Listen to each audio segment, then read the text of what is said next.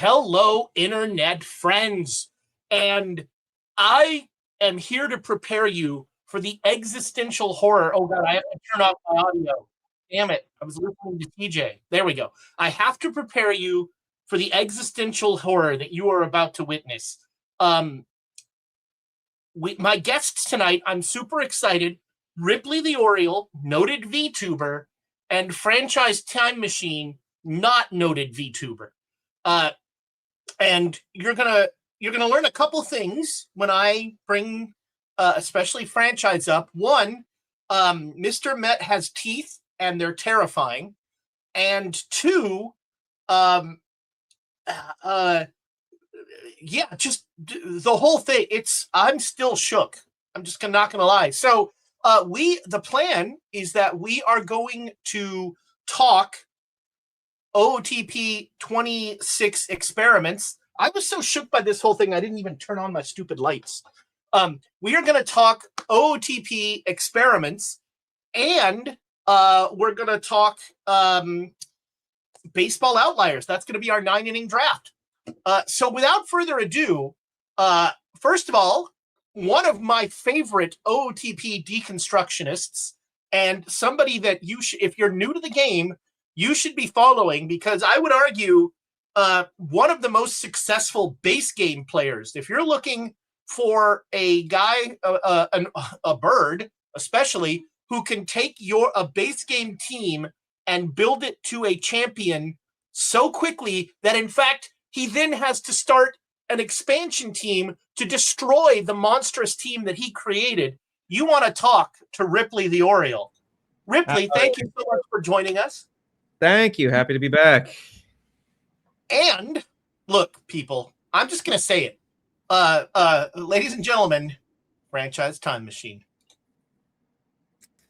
Hello. Yeah, little known fact. Franchise, the actual secret identity of Mr. Met. Oh, I don't know if I can do this. So, I forgot to ask, what is the weird little Mothra girl floating around you? I think that's just a watermark because I have the free version of VTube Studio. Oh, yep. Okay. Yeah, you there's a watermark. The software is, by the way, because it's the same software that I use and I have used for several years, obviously. But yeah, there's a little watermark if you use the free version. But that also means you get to try it out for free, so that you can like test your model and everything without having to pay for the software. Yeah, shout out to VTube Studio. So how did you make the Mr. Met? Did you make the Mr. Met design? No, I went on Fiverr and I paid somebody to make it for me. Yeah, there's a lot of, free assets or otherwise pretty quick, like, really basic, no bells and whistles, no, not going to have the hats, not going to have the, the expressions or whatever, but just a really basic eyes, mouth, head tracking. That's it. So look, this crashed my computer twice while I was trying to get ready. So it might not last very long. Yeah, I did. The economic stimulus that came out 2021, if you all remember, post lockdown, basically that entire stimulus went toward me upgrading my computer, because otherwise there would be no way that I could run OBS, run VTube Studio, run Out of the Park Baseball, and the other software that I need to stream. So it's harder than just running a webcam, for sure. Yeah, I imagine it's taken some. It's a little RAM. Yep. Okay, so crash. With apologies to Ripley. Ezra, can you put me on full screen because I want to show you something? Yeah. So yeah, I'm going to take Ripley and I out of this to show this background, because it's a special little tribute for you Mets fans. Because look, there's existential horror of Mr. Met's teeth, but the real existential horror is Kiner's Corner. So enjoy this, Mets fans. So for those of you who remember Kiner's Corner, I also had commissioned a background to look like Kiner's Corner, but I also have something special for tonight. I'm going to show you my actual background here. Let me see if we can get this working. This is what my living room looks like.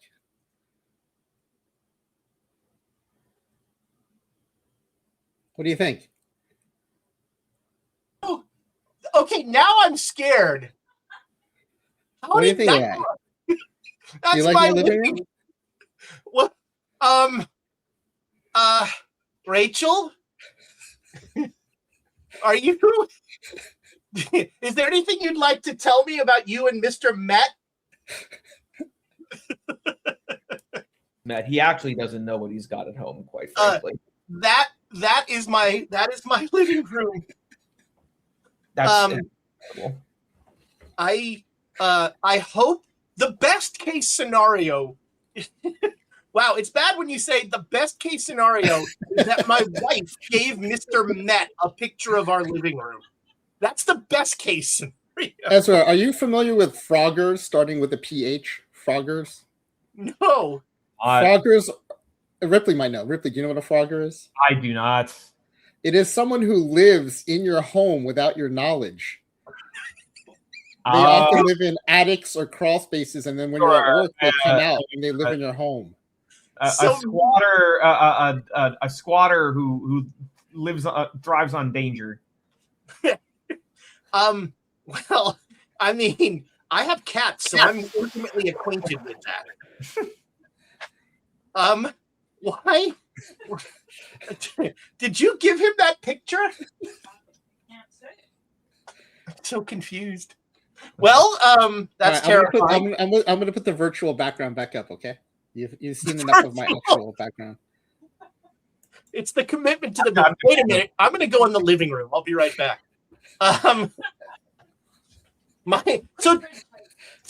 So tonight we learned my wife is having an affair with Mr. Met. He lives in our house secretly. Yeah, it's you know, maybe Mr. and Mrs. Met, maybe they're cool like that, you know. You know, maybe they were made in the 60s. Yeah, you know, they're in a metropolitan city. You know, they do things different over there. Maybe. It's hard frogging in Ezra's house though because I'm allergic to cats. It's really awful. That would be. You might have Benedict missing from your cabinet, Ezra. I mean the layers of dust would be, I think, kill you before the cats would. So I have asked these two maniacs here because about a year ago, so give or take, I had them both on and we talked OOTP base game because and here's where I shout both of them out and tell you to go follow both of these people because both Ripley and Franchise are, in my opinion, the best base game mad scientists out there. They look at the base game and take it apart and put it back together in unique ways to figure out things like, just to bring up one from the last episode that we did, that the changeup is the best pitch in the base game. They have, it's interesting because they come at it from different angles and use different experiments, but they often come to very similar results, although not always, as we found. So really, I want to get out of the way and let, oh God, I can't stop watching that mouth. The mouth open or close parameter. Yep. It's a tough one. I want to get out of the way and let you two sort of bounce stuff off of each other. And really, I want to, I guess the easiest question to start with is, Ripley, what has changed the most in terms of what you found in the base game over sort of the run of 26? Sure. So I think compared to, because you last you had us on together to talk about this kind of thing, it was around this time. It was preceding 26's release. You know, we'd had basically a full year with 25, and 25 was It was the first time that PBABIP was a visible stat, if you remember. Contact had only recently been fully, 24, and previously you had contact and AvKs, and you sort of had to intuit BABIP. 25 was the first time that BABIP, it might have been 24, but BABIP being visible was also, for hitters, was also pretty new. And I was of the opinion at the time, based on testing and a lot of base game play, rebuilds and whatnot, that both BABIP and PBABIP were like demonstrably more powerful than basically everything else with regard to consistency. In single player in the base game, obviously, Perfect Team is a bit of the Wild West where you've got numbers like 130 that I quite frankly couldn't even imagine, right? But BABIP and PBABIP were very, very, very powerful. And for hitters, BABIP was powerful at the expense of AvKs, where I remember doing a Luis Arraez experiment where I wanted to see exactly what sort of tangible, on average, statistical difference 70 AvKs was versus 80. Or more importantly, the behind-the-scenes number, how much 450. Because if you remember, 25, they also, it used to, the numbers on the back end used to be on a 1 to 250 scale. That shifted it to 1 to 550. So that was another big change. And so I came to the conclusion that AvKs was very weak, which bummed me out because one of my favorite players from my time playing this game was a Ty Cobb, gap power, speedy contact guy, which was cool. But BABIP was very strong. PBABIP was very strong, which was awkward because there still is no way to change PBABIP for a player. There's no dev lab for it. It doesn't really change ever. It just, whatever it is, it is. So that meant that like you could have really, really good pitching, but it would be very inflexible development wise.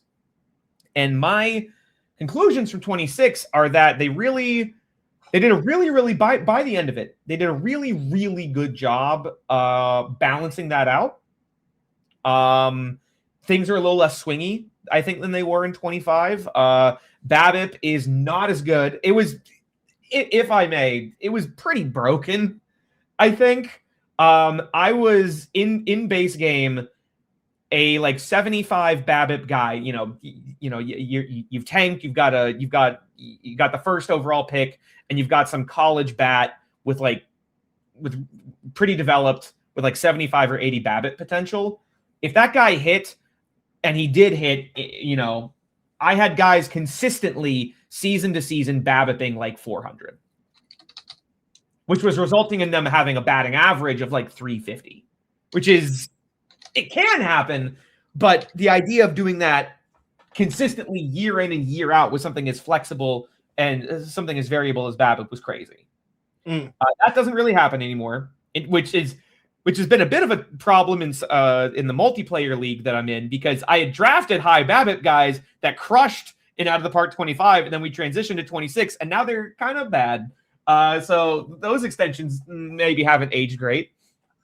But also AvKs I was very pleasantly surprised that contact-oriented, low strikeout guys have been made a lot stronger within the realm of the engine.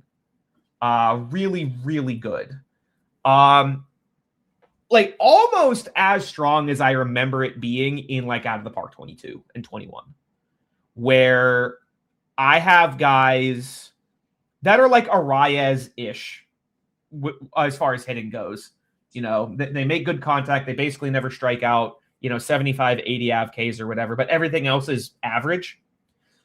And if you take that guy and you make them play very good, maybe not, not Brooks Robinson, and Prime Andrelton Simmons, but pretty good infield defense, and you have them be, not Ricky Henderson, but like good on the bases, 20, 25 steals, positive base running value. That's an MVP if they like high roll a little bit.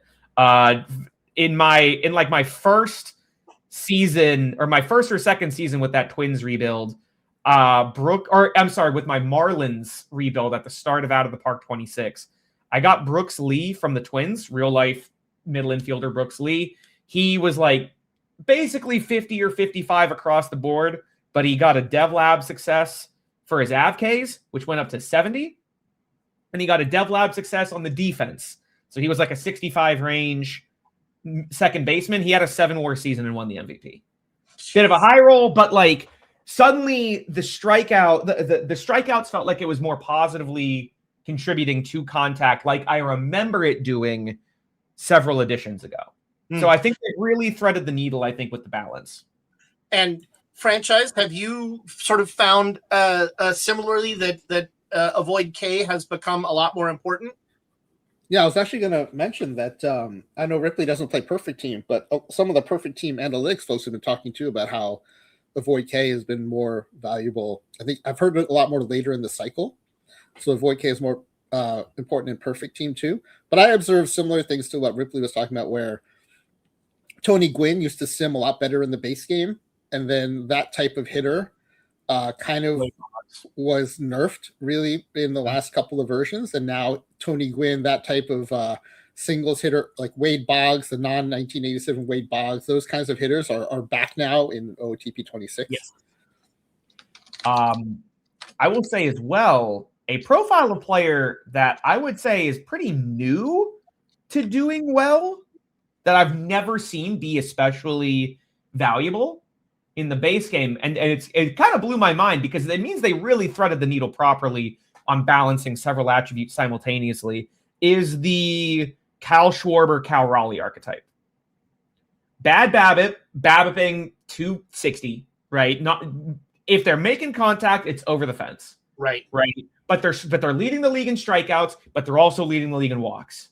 Right? That profile of guy, historically, in my experience, really needed to be like a serious base running contributor or like a Gold Glover. They needed to have another major component to their game. Kyle Schwarber was like, in previous editions of the game for me, in my experience, he was salary cap poison. Anyone that looked like Kyle Schwarber in real life he was always going to underperform, and it's because his BABIP was bad. And while having great AvKs it didn't matter as much. Having low AvKs actually didn't. It mattered a lot. I would see 40 to 45% strikeout rates, which is crazy, right? That's borderline unprecedented, right? And now my live start with the Twins, that was my most recent rebuild, was a post real life Jim Pollard fire sale Twins rebuild. Kyle Schwarber and Cal Raleigh both won MVPs. Jeez. And Schwarber became a Hall of Famer. Schwarber ended up hitting 580 home runs in his career in that save. Is it the Power Eye profile or is it something else? Oh, I'm sorry. Say that again. Is it the Power Eye profile or is it something else? Yeah, it's the Power Eye, but specifically nothing else. That's all they got.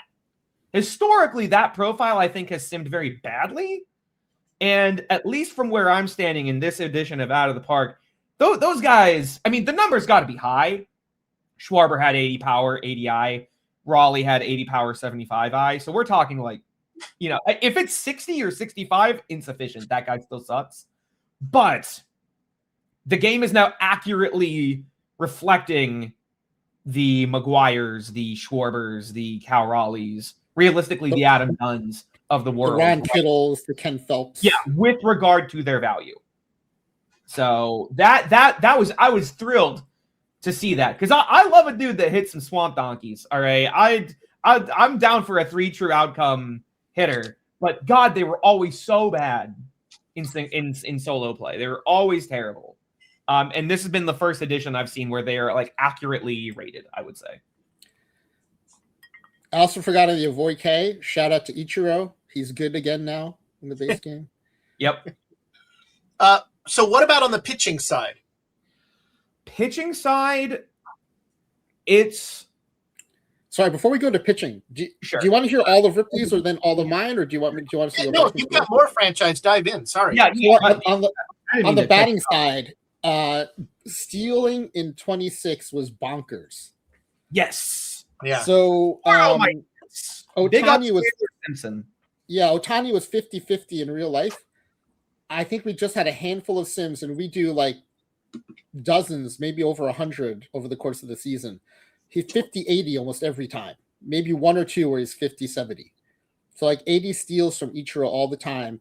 And then just a bunch of like randomish guys stealing 100 bases, multiple 100 base stealers in each sim, in each league.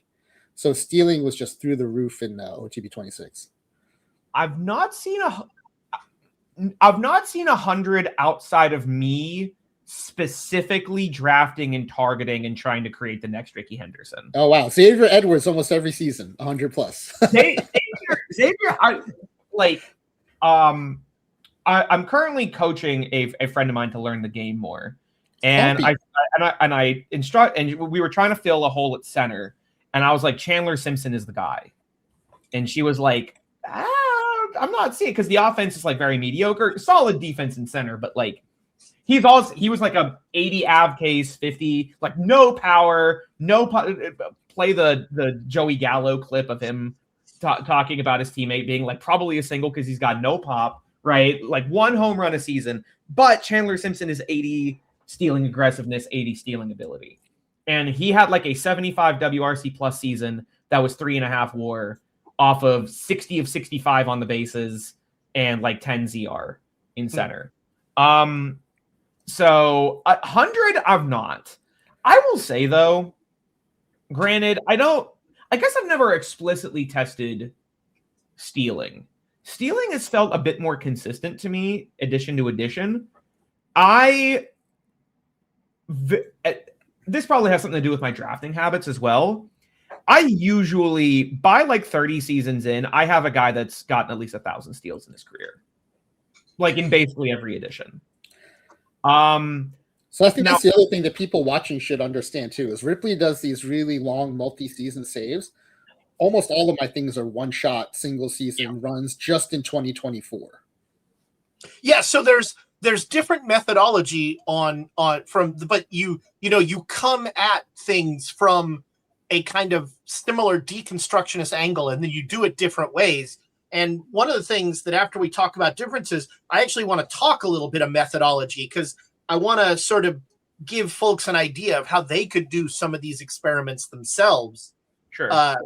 But Franchise, you had some other hitting stuff.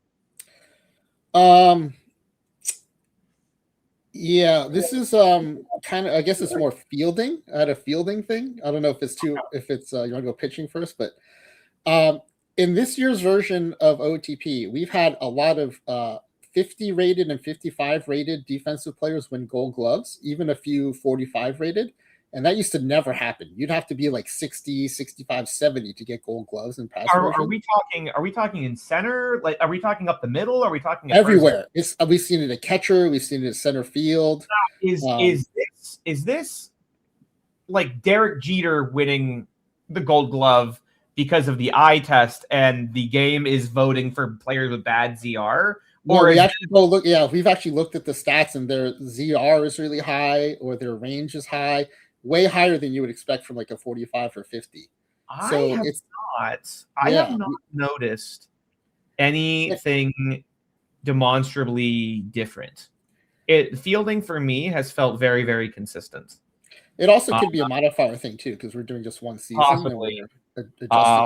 Yeah, I will say, like, probably the biggest thing about the methodology.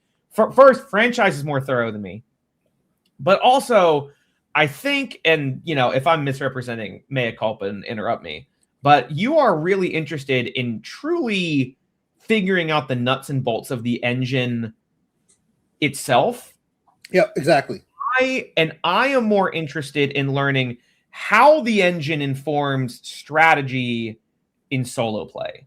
Still need a deeper and more necessary understanding of the engine, but more results oriented, where I'm looking for things that, once I find the things that tend to lead to success, right? Pitching archetypes, hitting archetypes, whatever, drafting strategies, how players tend to develop, is high school or college more preferable in this particular edition or whatever, right? From there, I just kind of go. And at that point, it's just me showing the viewers, like, yeah, you can like create a dynasty in like 6 seasons or less, So, but you're really breaking. You're getting into the molecules of the whole operation, I would say. Yeah, I think you said it really well. I just worry about like how it's working, where you're trying to inform your strategy with it. I'm less concerned about that.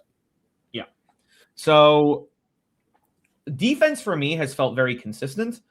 I will say more so than in year. I would need to really crack this. I would really need to dial this in an experiment, I would think. But I have found a greater incidence of what I have disaffectionately referred to as bad 65s. I think you know what I'm talking about already. Franchise. Where historically, and you'll see this repeated on the forums, on the subreddit, the Discord, wherever, 65 range is where that's the floor. That's where you want to be for center field defense and shortstop defense. 65, less bad. Less you're playing a subpar defender. Obviously, if they're hitting like Barry Bonds, who cares? Whatever. But if you're looking to have solid up the middle defense, 65 range. And I have seen more cases of like negative 13 ZR from a 65 range center fielder or a 65 range shortstop than I ever have before. And when I go in, and again, this is not as thorough as it could be, but obviously there's a range on the back end that fits into that 65, right? Where lower than its lowest value and it shows 60, higher than its highest value and it shows 70, right? Say it's like 150 to 170 out of 250 on the back end, where 149 is 60, 171 is 70, but between 150 and 170, it displays 65. The lower end of 65 is unplayable. The lower end of 65 is terrible. The upper end of 65, it's like a magnitude of difference. It's literally the difference between the worst qualified center fielder and a Gold Glover. And I've gone in admittedly small sample sizes, but I've gone in and added just 8 points on the back end, taking them from a 152 to a 160. And that single-handedly added 15 points of ZR to them. That took them from negative 13 to positive 2. Just those 8 points. Now, granted, again, small sample size. Guys can high roll, guys can low roll, obviously. But it's been a recurring trend where I see 65 and I go, that's not enough. I don't have enough data. I can't tell if you're going to be good or not. And then I try them out and maybe they are good or maybe they're not. But yeah, that's something I've noticed for sure. You can't. 65 is the deceiver's number. That's the market piece. You need to get that outfielder up to 70 with a dev lab pronto, or else you're gambling on your pitcher's ERA all season. Looks at my entire team of 65 fielders and despairs. Well, and once you confirm that it is a good or a bad one, then you because there are good ones. There are good 65s. And then if you know that you have a good 65, you're like, oh, well, then I'm good then. Then we're locked in.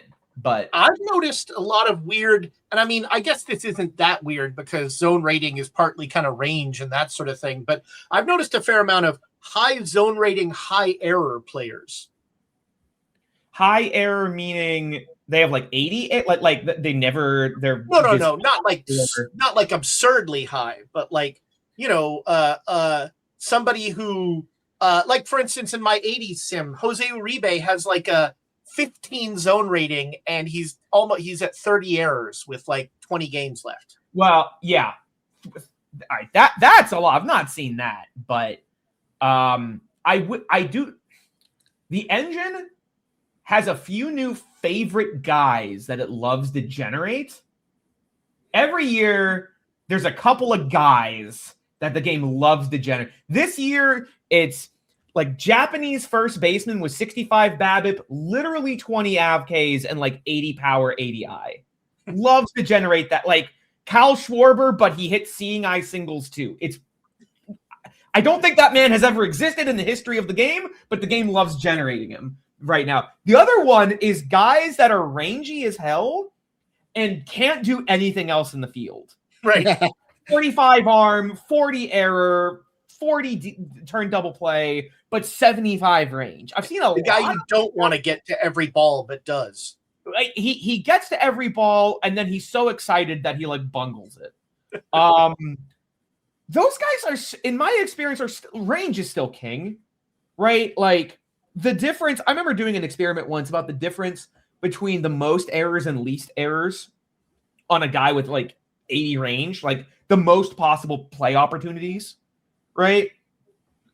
It was the difference between it was the value difference between 75 or 70 range, like 70 all the way down.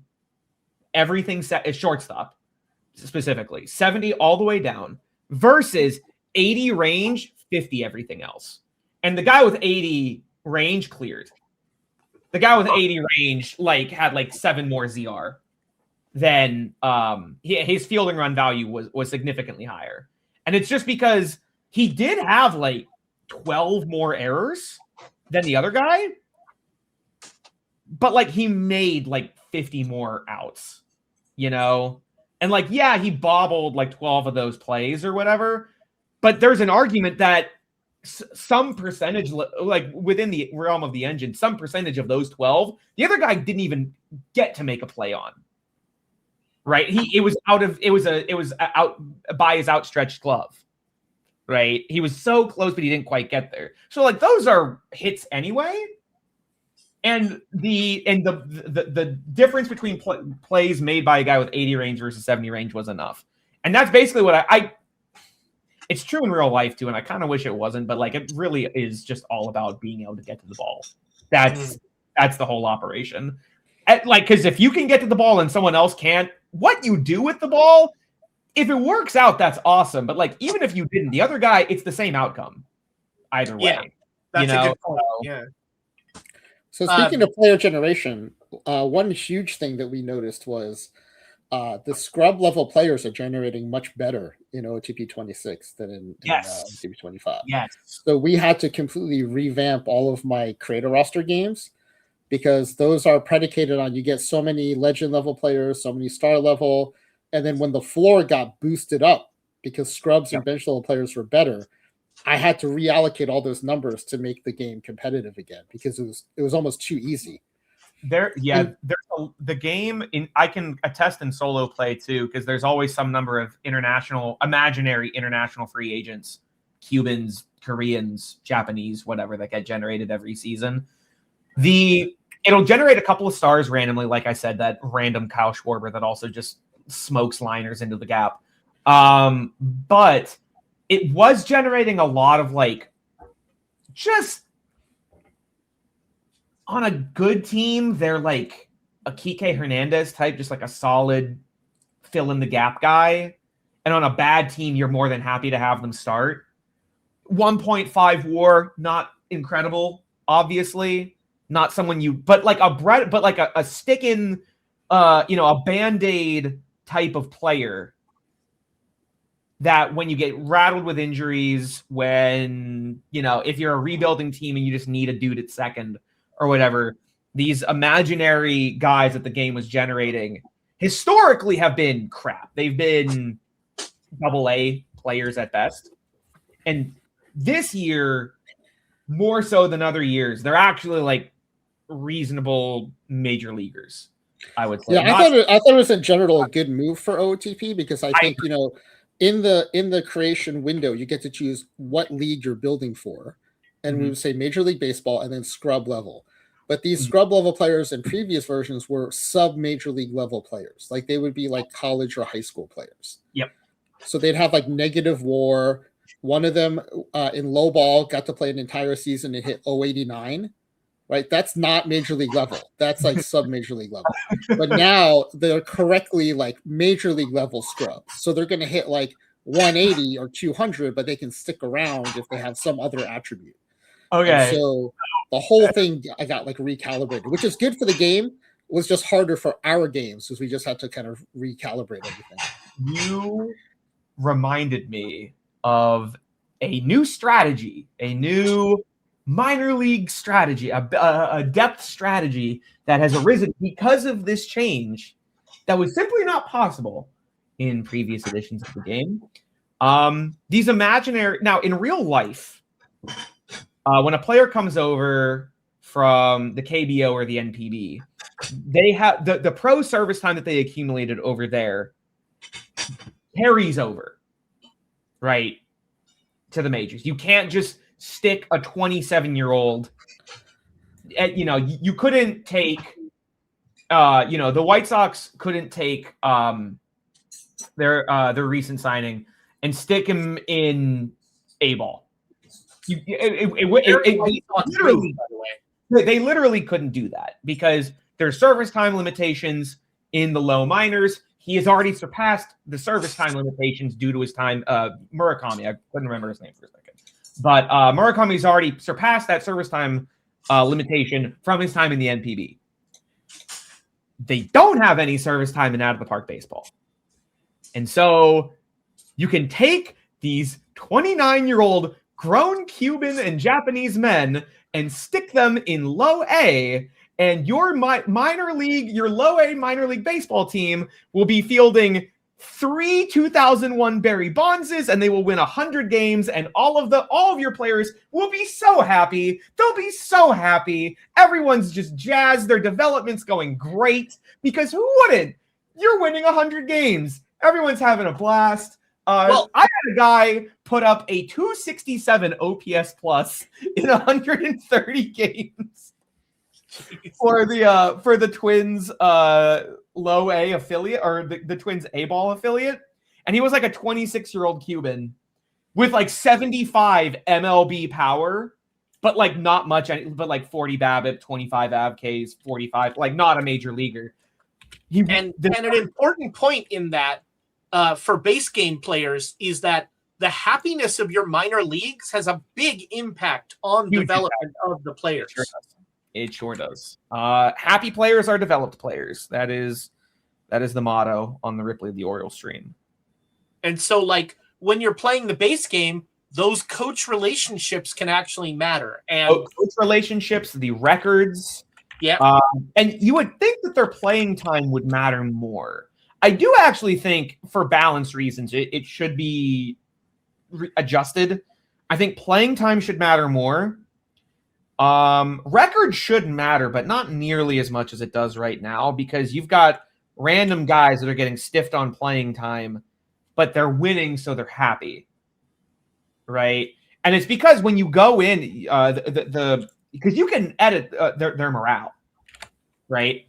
Most of the morale sliders are on a -500 to 500 scale. Team chemistry is 5,000 scale. It is a magnitude more important. And the biggest impact to team chemistry is, are you winning?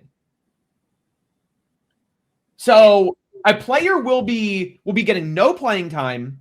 The locker room will be toxic, right? They'll personally be angry because they're not playing well, but the team is winning, so chemistry is up, so everything's good. And I actually do think that for base game balance, that could be potentially looked at. That could be adjusted. But yes, all of this is to say that the created players the floor has absolutely been risen on them for sure. So what about pitching? Franchise, what have you noticed pitching wise in terms of 20? Because I know, like I said, back when we did this the last time, the changeup was the best pitch and P-BABIP was king. Yeah, P-BABIP seems to be a little toned down. Again, it seems more balanced, basically, than 24 or 25. Absolutely, yes. That has been to the point where, like, the game also generates less. I was finding a lot of like 70 to 75 PBABIP guys.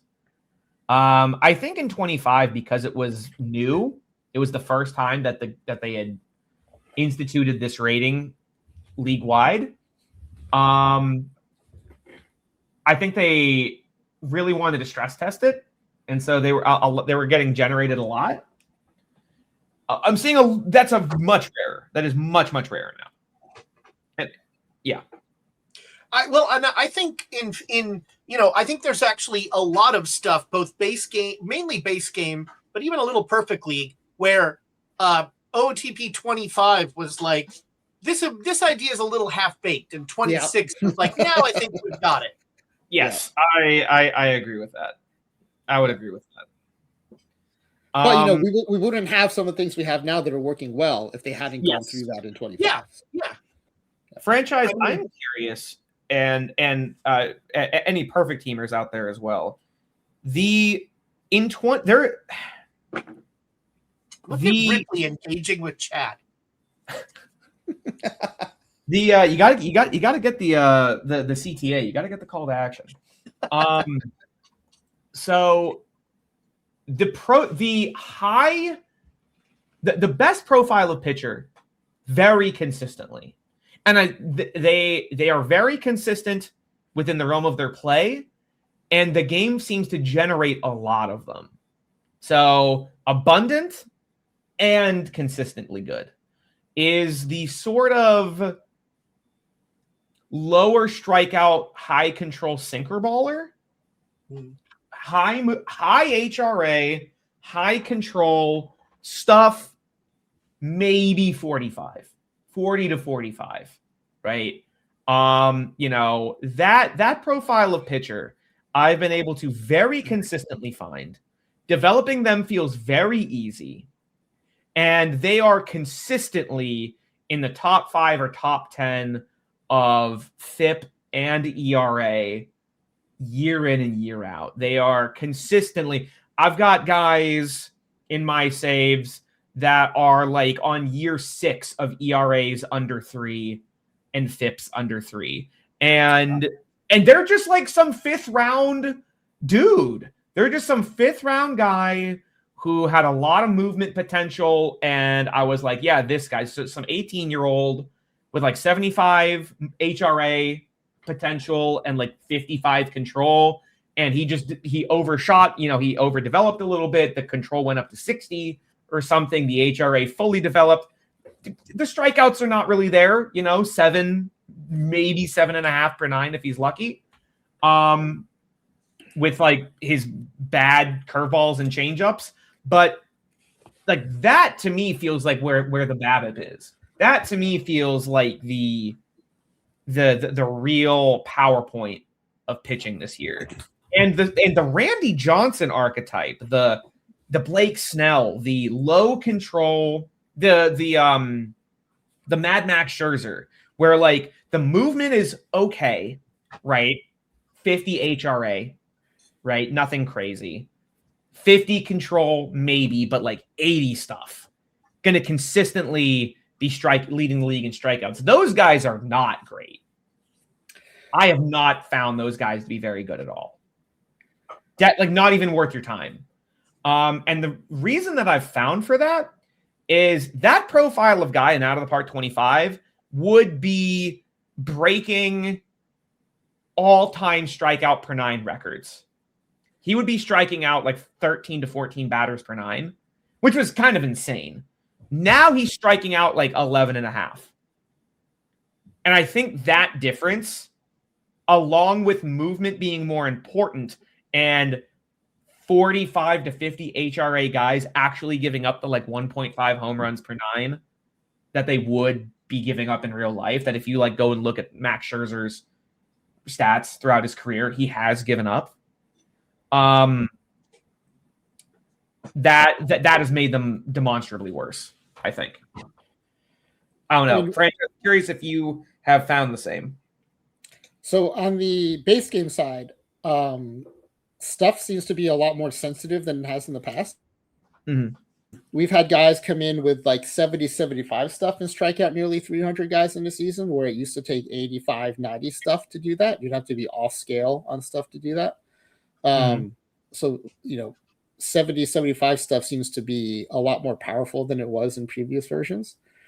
You asked about perfect team. I think that's just a harder thing to figure out because the card set is always changing over the cycle. Yeah. So early on, you could definitely get away with like even a 30, 35 stuff guy as long as he had good home run suppression and control. Yeah, the home run suppression, like everything right now. Yeah, home run suppression was everything this cycle in perfect team too. Much more so than last cycle when P-Babic was it was 24 where P-Babic was king. And then later in the cycle, as the card set changed and more better batters came out, higher contact, or the shift to BABIP as the cards came out. Then you needed to have you had to have more stuff. The floor for stuff to be effective came up. And now we're at the point in the cycle where you can have enough stuff to overcome some home run suppression weaknesses. So it just changes over the course of the cycle, but not because of the game engine, but because of the card set. Interesting. Yeah, okay. And I mean that's the weird thing about Perfect Team is that a card that is an absolute god in September is in April is just a scrub that you can't play in September. Yeah. Mm-hmm. Or like right now, take a seat, Willie Mays. I'm going to put Ben Zobrist in center field. That's for you. Is that really the meta? Oh God, Perfect Team hates Willie Mays. So don't. Fascinating. I'm offended by it. You're in a strange land right now. So let's talk a little methodology now. So a lot of your experiments are using the player editor. Let me share my OOTP. Oh, before we go to that, can I just say one more big change in OOTP 26? Of course.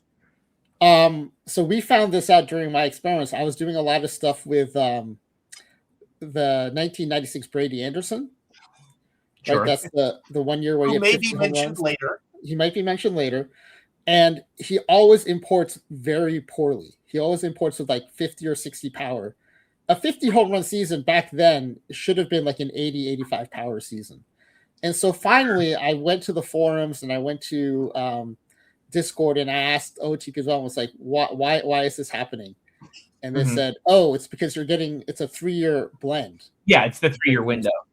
And so I didn't know that. I did a poll of a bunch of granted, they're all Perfect Team players because they're through the chats of the Perfect Team streamers. But like 80+% of us did not know that we were getting a 3-year blend. And then 90+% of us wanted a 1-year blend. And so to be able to pull in specifically like 68 Bob Gibson or something, sure. Yeah, well, like when I asked for 96 Brady Anderson, I want 96 Brady Anderson. What a surprise. Like that's what I actually want. But to their credit, they gave it to us within a month and a half. So now when you go to import a player, you can choose 1-year profile, 3-year profile, or 5-year profile. But for us, that changed everything because all of our historic games were importing players from across time. They completely changed because now we're getting the seasons that we're asking for instead of these unexpectedly flattened out seasons. And broadly speaking, like the 3-year averages, like mostly did their job in the case of like the stars, right? If you get, 58 Mickey Mantle, 57 and 59 Mickey Mantle were also Mickey Mantle, so it was fine, right? If you got 2014 Justin Verlander, 2013 and 2015 Justin Verlander was also still really good. But you will not, it never occurred to me, I guess, that you couldn't get like 2005 JD Drew or 96 Brady Anderson or whatever, right? Yeah. So for just in case you're not you're not well versed in it. So this is just random players that I'm playing a challenge mode game on, and you can go. I guess in challenge mode you can't go in the challenge mode. Ugh. Yeah. Well, But so I think I can do it in my. But now I have to be careful not to turn Jose Uribe into a monster. All right, so let's go player list. So no, I just opened the same damn thing. Ugh. Don't get old, kids. That's my advice to you. So the player editor, here we go. I know what I'm doing. I've played this game before. Is a powerful tool to do experiments like franchise and I'm going to do it on an opposing player. And so this profile of guy, by the way, is exactly what I was talking about. This guy smokes leagues in 26. The interesting thing is that, well, he was pretty good as a giant, but the stamina is really his shortcoming here. Oh, that is a huge thing. I actually, by all means, continue. But no, you keep talking. That's the most significant change, I think. That is the most significant change. The importance of stamina? No, the lack of it. Oh, yeah. Stamina, I agree. Stamina is a dump stat now, to use D&D parlance. 35 stamina is a starter. It's kind of insane. Now, granted, you got to be good, right? Like your 50s down the board, back end rotation, long reliever type with 35 stamina is not going to be great. But an ace, like a frontline rotation guy with the numbers to back it up, right? The home run prevention, the movement, the control, whatever.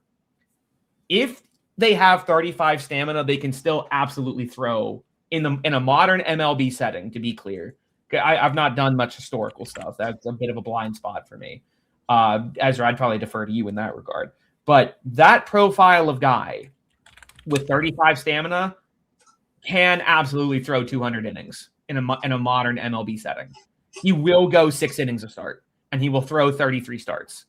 Like, he absolutely will. And in the 80s, he'll go 8 innings. Yeah. I that's crazy. I hadn't even considered that 35 stamina would be going like 7 or longer in a historical context. That's kind of it. That, like, and you granted, and it doesn't. I've not noticed a big difference up until you get to 65 stamina. 35 to 60 basically all feels interchangeable. Where it's like, if they're good and they stay healthy, they'll get 200 in a modern setting, 190 to 200 or whatever. They'll go 6, right? 6 1/3 maybe on a good day. 65 is when it feels like you've got like the rare modern day workhorse. Who's that guy on the Phillies that went not Wheeler, the other guy? I don't know modern baseball. Oh, I don't think he's very good now. Someone help, whatever. A guy that can consistently go 7, right? But at 65 stamina, I'm like, this guy can go 7. 30 is a non-starter. 30 is reliever, but 35, whatever the bare minimum to get to 35 on the back end is, starter. It's wild. That's brand new. I dabbled in guys with 40 to 45 if they were truly lights out in previous editions of the game, but they would struggle to go 180 innings in a season. They would have a lot of 5-inning outings, 5 1/3, 5 2/3, right? That feels like a thing of the past now for sure. I wonder. No, I was specifically thinking of Aaron Nola. I wonder if some of that is, some of it I think is an engine change. It could be, and I've actually, speaking of experiments I want to do, I want to really look at, because I play every game, so I am in there, and I feel like there's a lot of foul balls, which drives up pitch count, which affects stamina, that sort of thing. But I have interestingly, foul ball stats are not very well kept in Major League Baseball. Yep. And B, they're also not tracked anywhere in OOTP, so it's literally me here making hash marks on paper. I'll say too, I'm curious historically, because stadium dimensions affect foul ball rate. Mm-hmm. The size of the foul lines. The Coliseum, you know. Yeah, like, and I'm curious what the historical trend has been toward more, or I feel like that, and this is not scientific, but I feel like the trend is towards smaller foul spaces. Yeah, well, the trend is towards smaller ballparks in general. Just because of, you know, lot sizes and that sort of thing. And so I think that's right. I think there are probably fewer foul ball, you know, fewer ball, you know, there might actually be more foul balls because of that. Probably more foul balls and fewer foul outs. Yeah, fewer fouls in play. That's right. Yeah. So again, just to put a bow on it, if you want to edit a player, wait, do I still not have it? It's up on the blue bar. Oh, on the far right of the you have to have commissioner mode on in the and so here you can see all of the hidden numbers that like Ripley was talking about. Here we go, roll on team. So roll on team is on 5,000. Roll on team, excuse me, is the one that is the one that's a magnitude more difference. Not team chemistry. My apologies. So but if you roll on team, it's only the Connor Griffin type prospects where specifically they say what their role is. They want to be in the majors. Those guys are going to need to be fast tracked sooner rather than later, or they will start getting very sad indeed. But every other minor leaguer, even if they're like a top 10 prospect, if they're 20 years old, their expectation is none. Just be in the minors. Right. Doesn't matter. I'll be right back, y'all. I'll be back in a second. Yeah, sure. Yeah. So oh God, he's dead. Yeah, they kind of stroke out. God, that's terrifying. Nerd of Anarchy, just very quickly. Yes, that is true, but so many stadiums have had that waived. For instance, the Giant Stadium, Pac Bell Park, is much shorter to right field than it should be because they just didn't have room. And so Major League Baseball waives those distances for a lot of stadiums. It waives. There's a lot of limitations, but they get waived all the time. PNC Park got a waiver to have the right field wall be Clemente's number feet tall, right? The Camden Yards, the Utah Street, like their right field fence is very tall as well, right? And obviously anything historical has been grandfathered in: Wrigley, Fenway, Yankee Stadium, etc. Right? Yeah. Like Yankee Short Porch is not within the realm of if they were to bulldoze that to the ground and build a new Yankee Stadium, you know, call it, you know, open AI field, friggin', you know, whatever. They could not have the dimensions that Yankee Stadium has right now. So, you know, MLB waive the distance. Team has to compensate with wall height, and sometimes it just if there's a feel good reason for it, like with PNC's right field fence, they'll just be like, "Yeah, man, let it rip." Yeah, Wrigley's already there. Who cares? You know, there's already a green monster. Are we really? You know, how serious are we taking this? So foul territory is not. Sorry, I just had to pass out for a second. Yeah, I know, that was terrifying. Foul territory can be wildly divergent. There's not there is a minimum size, but that also gets waivers for super small parks. Backstops also, there is a range of outcomes, or a range of sizes that they can be, like the distance from home plate to the backstop, but that range is significant. And the difference between a shallow backstop versus a deep backstop has ramifications for foul balls, passed balls, base runners, everything, right? An errant throw from outfield, how many additional bases base runners can get. It really affects the strategy of the game in a quiet but significant way. Yeah. But so if you've never been in the editor, there are tons of things here that you can change from from personality stats and things right down to their base stats in the game, where you can fool around, you can change all their batting ratings, you can change all of their fielding stats. Big ups to Rick Honeycutt. He knows how to take a pitch. Yeah. So the editor is really powerful, and you can do a ton of really interesting stuff in it. Ripley mentioned that Arraya's experiment where he took the array of Arrayas, and he put one on each team, and he would just up the avoid K of every one, so that I think it was the Rays got like 600 avoid K Arrayas or something. I wanted to see what I wanted to get a list of outcomes that, like, what does 55 look like? What does 60 look like? It was increments of 15, if I recall, where I took Luis Arias, and I put one on each team, had them DH, Giants legend Luis Arias. Turned injuries off, turned player development off to just get and turned AI editing their rosters off. So just a very static season.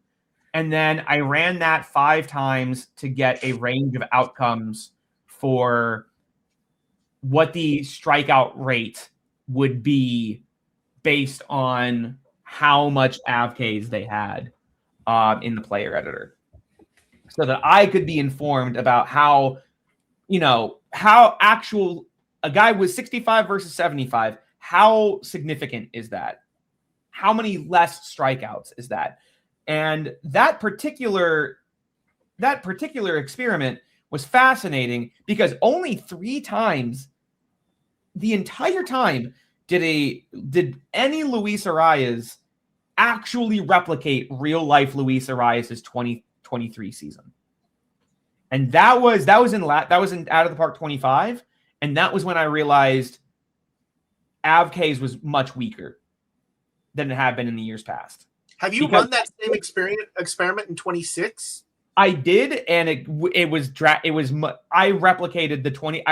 like a 3.5% strikeout rate several times in one go, and I was like, oh wow, this is already huge. This is already different in a very significant way. So can you go back to the batting ratings page, Ezra? Yeah. So one quality of life thing that was really nice in OOTP 26 was before. So the rating scale goes from Ripley, a friend of yours. Pardon me, Frances. Your friend Plumpy has just rated us, which is wonderful. Yep. Welcome in, Raiders. Yes, that is Mr. Met seen on acid. Who's going to now tell us about Mr. Mochi. Mr. Mochi, pardon me. Legally distinct. Yeah, yep. Don't get me sued, Ezra. Yeah. But we are talking about the base game and the editor in the game. And Franchise was just about to talk about batting ratings. Yeah, so in the past, all the ratings used to go up to 250, and then they increased it to 550. But in OOTP 25, if you went over 550 to 551, the game would treat it as a 1. So your rating would go from 80 to 20. So now you can edit it up to 600, which is nice, but you still get that penalty. If you go to 601, it goes back to 1. Now, if you get increased above 600 by coaching or all the different things that happen in the game, it'll keep going up to 90, 95 ratings. But if you enter it over 600, it'll go back to 1. But we now have 50 extra points to play with, which is nice. And that, I think, my understanding of that is that was implemented to help Perfect Team. Because I have never seen still a player in base game get over 550 anything. Oh, we have in Creator Roster. Oh, really? Okay. Yeah. Well, in mostly vanilla play, it's not come up in however many players that the game has generated. The most common example is a legend level first baseman. Very commonly will have, in a batch of 5, you'll very commonly have at least one with 90 or 95 power, and that usually translates to 600, above 600 in the rating. Yeah, it's been a lot. I saw in Out of the Park 25, I saw 90 stuff guys. I saw like 95 stuff guys. I saw a 90 power guy. I've never seen anyone in base game crack 85. The stuffs were lower this year for sure. One guy. That's like one guy that cracked 80 power, right? And I went in and looked, and it was a CPU player, and he had back-to-back outstanding outcomes in the dev lab, which is just like preposterous, right? And yeah, it's within the vanilla generation of the game, within what the computer generates for you, not on demand, just like in the draft, internationally, whatever. It has felt there's been much fewer outliers compared to years past, like what we're describing. I do remember, like in older versions, like going back to 20, that like it was hard to do a multi-season save because by the time you got 5 or 6 seasons past the current season, the game just wasn't generating any superstars for the draft. All the draftees were just like vanilla average baseball players, and there were no future superstars. So your save would kind of die out because there was no one good coming to the game. I think that's gotten a lot better. In what version? It was like 20 or 21. OOTP okay. So that was maybe a bit before my time. 21 and 22 were like the first, really 22, but like 21 was my first version. And I think the other thing that happened over multiple years was that the financial system would also just sort of collapse. yeah. Which I think has gotten a lot better in that regard. I'm still my dearest hope for future Out of the Park updates and additions is still a total financial overhaul. That is still and it's not a flashy thing. It's like not even really a selling point, right? You know? But God, I want to be able to defer contracts like they do in real life. Right. Well, and it's getting complicated because it's getting more and more common. Right. Yeah. And like and the big talking point in real life right now with the upcoming CBA is cap and floor. Right. NHL style, NFL style, or whatever, NBA style. You can't currently implement a floor in the game. You can implement a cap, but it's a very simple. It's very simple, and there's no way to a hard cap. Then there's no way for the league to graduate into it. If you implement a cap, you basically are saying the Dodgers and Phillies are screwed forever. The Mets are screwed forever, right? I mean, well, Mr. Met here or Mr. Mochi wouldn't be, but and that's still because the goal. I remember trying my best to finagle a way to get a floor, like a pseudo floor, and it was because the whole goal is to get the Bob Nuttings of the world to spend some money, right? Like that's really the goal. The fact that the owners would never do that without a cap attached, so the cap is really just for realism's sake. It's really I want the floor. I want Bob Nutting and John Fisher to spend, and there's basically no way in the game to facilitate that right now. I cut down on team control years and massively increased the price of the league minimum while also lowering how much contract expectations superstars and all-stars had. And that like got me most of the way there, but it was still very imperfect. So I mean the financial stuff is weirdly convoluted, but also like it's still if you like run 5 or 6 years in a row, numbers start to get very strange. There is a new type of contract that the AI likes to give out this year that I have not seen before, and that is giving out pre-arb deals that make 0 cents. Just 0 cents at all.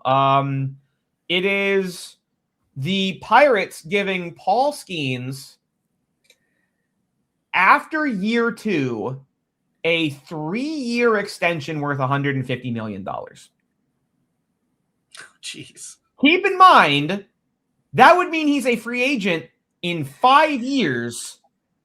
There are 6 years of team control. Like, it's I've seen it several times, like 4-year deals that buy out no team control, and they're just paying them like $48 million in year 6. And I'm like, guys, this is just, I mean, thank you for the generosity, but like the arbitration council, I think, would be on your side in this regard. Like, I don't think be a better deal. It's very strict, and it results in them not being able to compete for free agents. And so I'm seeing competitive free agents with very depressed like rental deals in February because no one can afford to take them. That was more early on. I feel it's gotten better. Like in the Twin saved turned Nashville expansion save, it's not really been a thing, to be honest. If anything, it feels like there's almost too much money in the league. The Dodgers are currently rocking a $500 million payroll. Jesus. So yeah, and they have $60 million to spare. Oh, good Lord.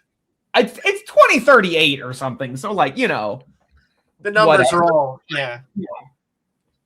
Anyway, I one thing, you know, I've always thought that the boost, the reliever stuff boost was higher than this. That's not that impressive a boost. Now that may just be... it depends on their pitches. Yeah, the top how good your top 2 pitchers are. Starter does not become a good reliever. Right? Like if you set his slider to max, if you actually set it to 416, that will make a difference. Right? Because his starter stuff will change, but his reliever stuff will change more drastically. And the problem is he's going to throw the screwball when you'd hope he would just throw the slider and curveball or whatever. Well, that's not how the engine does not simulate individual pitches.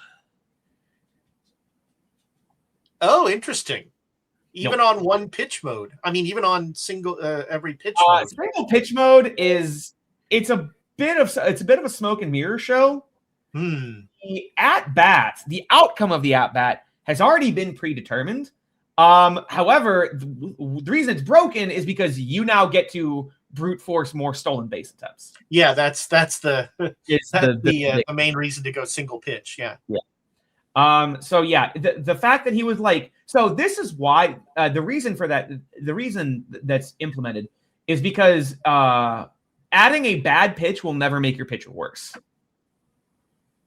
Because I see a lot of people being like, oh, but what if they throw that bad pitch on like a full count to Yordan Alvarez in the ALCS or whatever? It's like, that's not how it works. The outcome of that at-bat has already been simulated by the time Yordan gets to the plate. Also, adding a bad pitch also won't help you in terms of like a starter needs 3 pitches. If the third pitch is bad enough, it will still be like throwing a 2-pitch pitcher out there. That's not been interesting. Yeah, we put a 50 pitch out there and it did not help. And then when we boosted that to 200, or it might have been higher, maybe 250, then it started to help.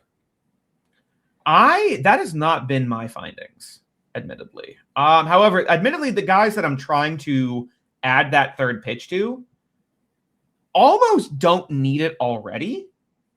Like if you have a reliever, like a 2-pitch reliever, that is just lights out, right? It's prime Mo Rivera or whatever. But he has 50 stamina, hypothetically. Or 35 now, right? Because you don't need that much stamina to start.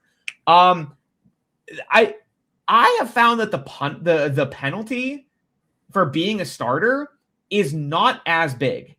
I have seen the game, apropos of nothing, turn a real life unk, like 40-year-old Aroldis Chapman, into a starter, and he's been good.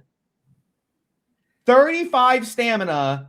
Now, granted, Aroldis Chapman, I think, has 3 pitches in the game. So that doesn't necessarily apply. But I've had like 2-pitch stud relievers with like 40 stamina. Not that the way I use relievers, they're being wasted in the starter role, but they'd still be like 60 stuff starters. And yeah, no, the stuff rating will still be there, but what the results. So we do entire teams with the same profile, and we look at the runs allowed by the team. And so we would have one team that had all starting pitchers with just 2 pitches, then an entire team of starting pitchers with 2 pitches, and then a 50 third pitch, and then 2 pitches, and then like a 250 third pitch, and then 2 pitches and like a 400 third pitch. And there's like a step function in their performance, not necessarily their ratings, but in their performance when you go from a 50 third pitch to a 250 third pitch, where the 50 third pitch team played just like the 2 pitch team. So I would be most curious. I don't, and this is why, and this is kind of the distinction between how we are viewing these experiments. I don't think 50 is a useful number because that's never a number that the game will realistically generate. Yeah, no, that's fair. That's fair. But but the point we were trying to make was it can't just be a third pitch. It has to be some minimum quality of third pitch. So what I would really want to see tested is 133. Because when you run the dev lab for add pitch to Arsenal, and you get a good but not outstanding outcome, it generates about a 130 to 145 out of about 280 to 300 grade curveball, sinker, changeup, circle change, or slider if they don't already have one.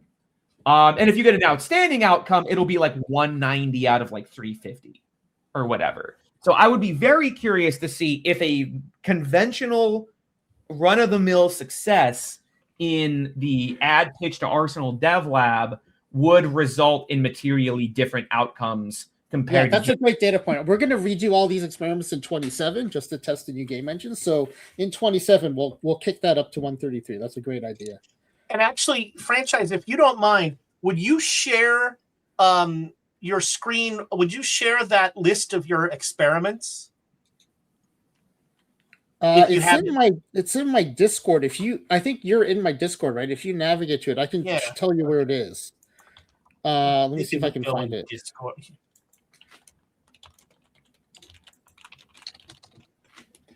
It's under where is it? Because I think it's under no. OOTP experiments. Okay. Yeah, OOTP experiments. All right, so let me share this because this will give you a sense of the level of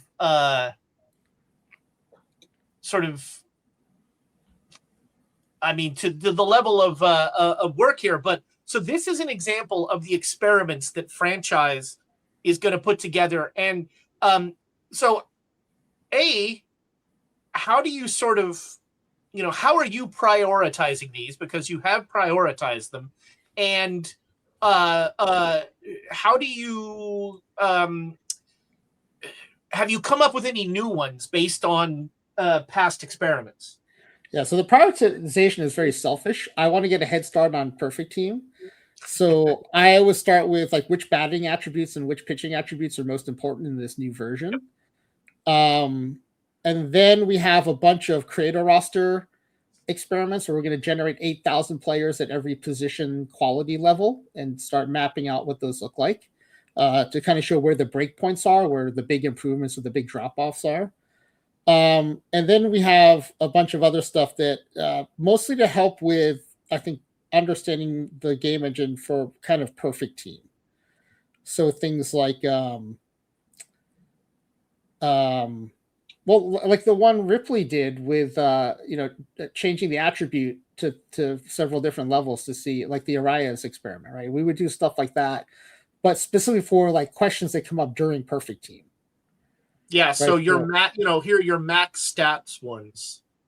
Yeah, where you'll you'll have a team of everyone with max power or something just to see what happens. And yeah, and so the sandbox we play in is the first thing I do is I create a completely average league in the game where everyone is major league average and identical along every conceivable attribute, and then I just clone them and populate a team of eight teams, 4 in one league and 4 in the other league. We turn off interleague play so that we get basically 2 experiments in one. A lot of times we'll run the same thing in both sub leagues, but sometimes we'll run 2 different things. And the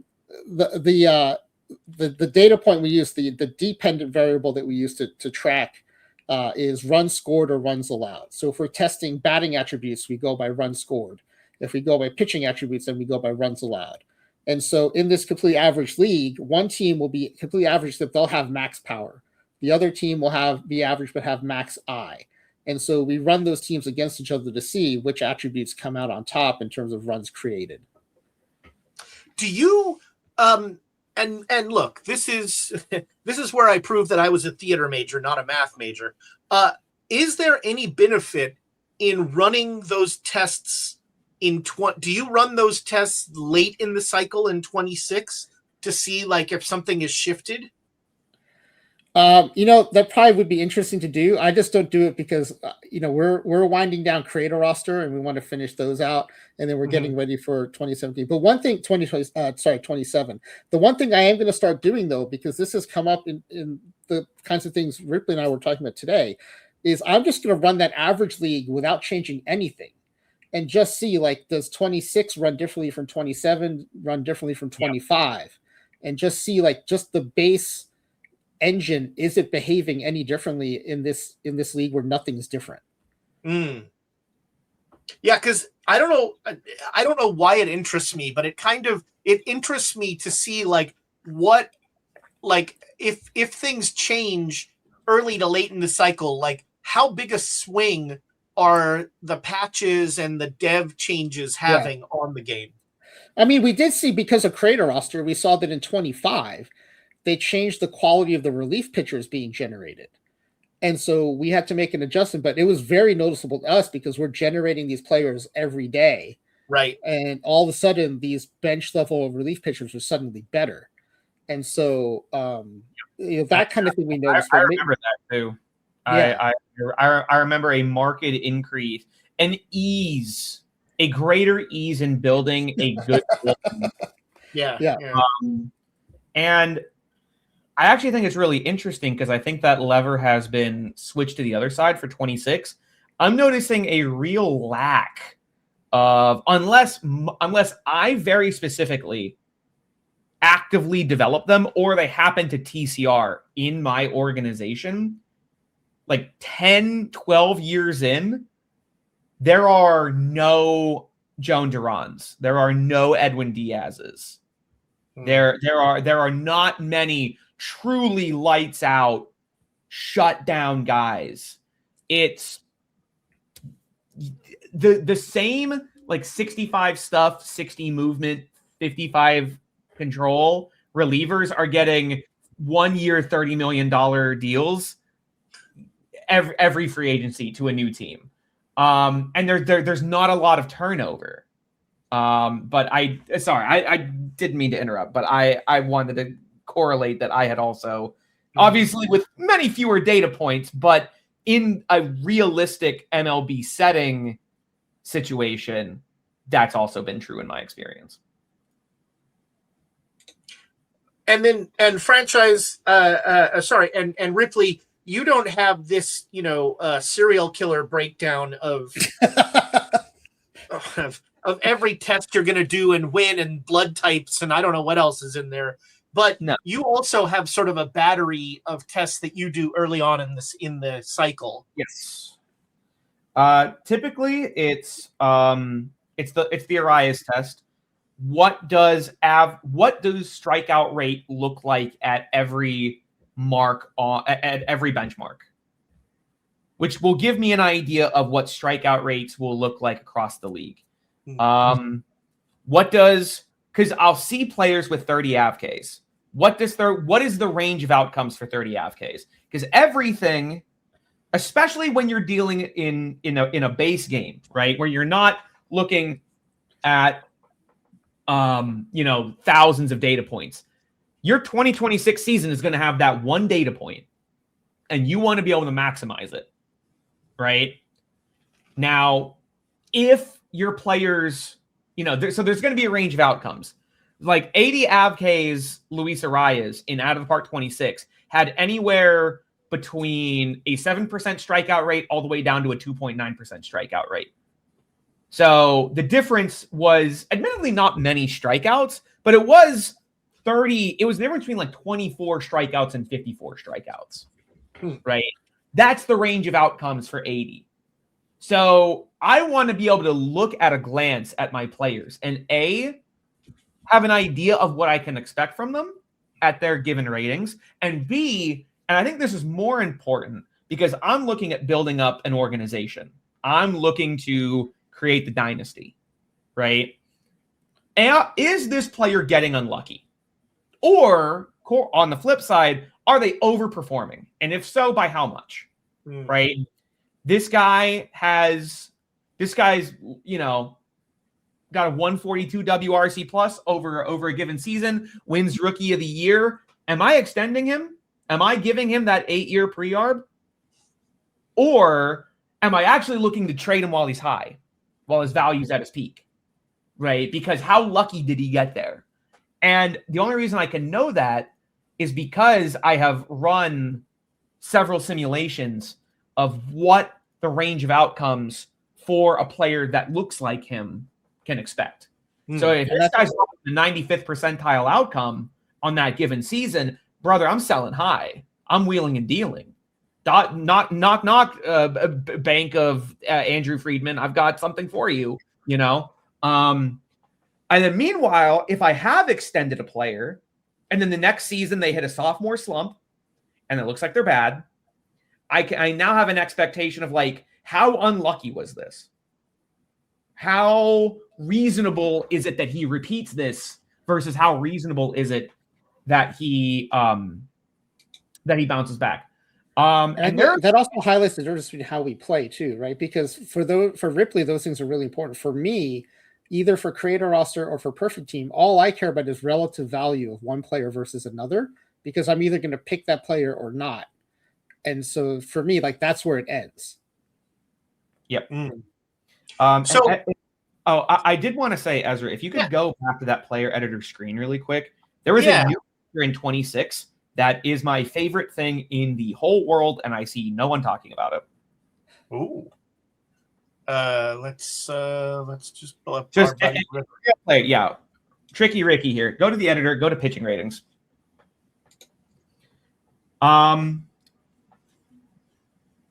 Run development, the very bottom drop down, you can, in the editor, run as many dev labs as you want at will. Dr. Dynastic doesn't want you to know this. Yeah, you don't have to wait until the off season. So you can right now, you can click increase velocity as much as you want and see the frequency at which it hits. And when it does hit, how much are you getting? Depending on the outcome. If you get a poor outcome, what are the possible negative downsides to it? I learned I am never, ever, ever, ever going to run improved gap power because in my testing, a poor outcome for improved gap power dropped his AvKs by 150 points. Whoa. Holy cow. It dropped him 25 player ratings points. He went from 400 to 250. Wow. It might have been like 275, 280, but it was over 100 points of back editor of back end AvKs because he failed the gap power rating because he messed with the way he changed his swing to an uppercut or whatever, and it completely screwed him up. And all that for some gap power? No, thank you. None for me, please. So have you drawn? Are there corollaries that you've been able to draw with the development lab, sort of running this? Like which ones I think are considered like worthwhile or optimal? Yeah. others? Yes. Oh, yes. Yes.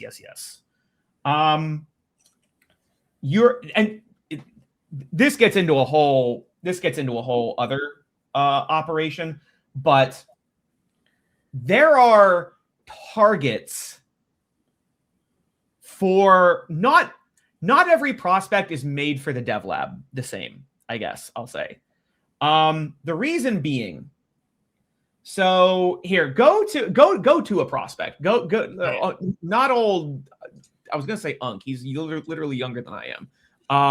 Go to like just some 22-year-old in the Giants system or something. I know in historical it's a little different, but yeah, someone with some overall versus not this guy. Someone with some overall versus potential difference. Mark Davis, 25 years old, would work. There he is. Las Vegas Raiders owner Mark Davis. Yeah. So I would consider a guy like this, right? This is actually an ideal dev lab candidate. See, that's interesting because he doesn't have a lot of room current to potential by my eye. That's exactly what makes him optimal. Okay. The reason being, on normal settings, which is and these are editable in the game settings, you can make dev labs more or less impactful and harder or easier. I don't recommend more impactful and easier. The game gets broken immediately. Like literally within one season, everything breaks. There's Randy Johnsons and Barry Bonds everywhere. It's insanity.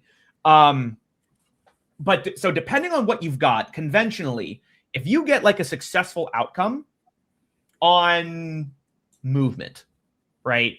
That's going to add somewhere between 30 and 40 points back here, right? Back here specifically. Control, 30-ish to 40-ish points.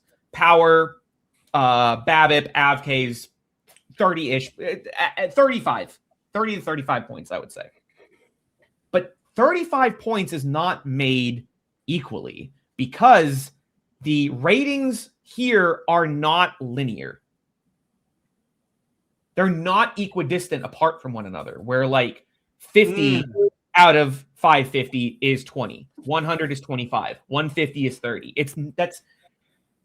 There's a bigger range at the bottom where all the way up to like 300 is like 40. But then by the time, and then you get to like 415 or so, you're already at 55. Another 50 points, you're almost at 70. Right? I think part of why that happens is the scale will increase above 80, but it won't decrease below 20. So a lot of bad stuff is compressed in that 20. I think because it was always it's been like this ever since they went to the 1 to 550 scale. And I think the reason they went to the 1 to 550 scale, and obviously you would have to, actually consult with the devs, not some schmuck like me who doesn't know anything. But they wanted it to be more like they wanted players to actually have to spend time in the majors or in the minors, right? Where if they get 50 points on the back end, they're still an A-ball hitter, right? They're still a 20-year-old in A- ball or whatever. They've gotten better.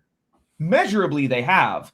And, if you set your scouts ratings to the low minors, you can see that these 5 to 10 point differences down there do make a difference. But at the major league level, they don't. So a guy like Mark Davis, right? If he gets an outstanding outcome on improved secondary pitch and it hits that curveball, he will become Mariano Rivera. Just like completely. If he gets even a successful outcome on that movement, those 35 points, when you're at a guy at his level, those 35 points are better than the 35 points you would get as like a 20-year-old that's just trying to get there. Now, I still do dev lab my prospects mostly because the dev lab is an intrinsic part of actually getting them to be a major leaguer. Most of the time, they won't get there on their own. They do need some extra help. So you still do have to do it, right? But the I do very specifically target guys that are like nearly there, 50 out of 55, that little bit of extra range, because like I said, a successful outcome is like 30-ish, 35-ish points, but an outstanding outcome can be 50. And now with the dev lab, you really there's not a lot of reason to use older players. You really want to get players that are sort of double, triple, or maybe just are now in the majors. And is it true now? It's true that the dev lab won't help you if you are at your full rating. You can still, if you spike an outstanding outcome, you still will get a benefit. But a successful outcome will only elevate you up to your potential. An outstanding outcome will elevate you past your potential. But that's true of anything related to ratings, but not every dev lab is ratings. Velocity isn't a rating on a 1 to 550 scale. Any pitcher can benefit from improved velocity. Now, granted, not every velocity increase is made the same. Jumping up 2 miles an hour from 90 to 92 makes very little difference in stuff. Jumping from 98 to 100 can be a 10-point swing. For example. Just so you can see the gradations. Yeah.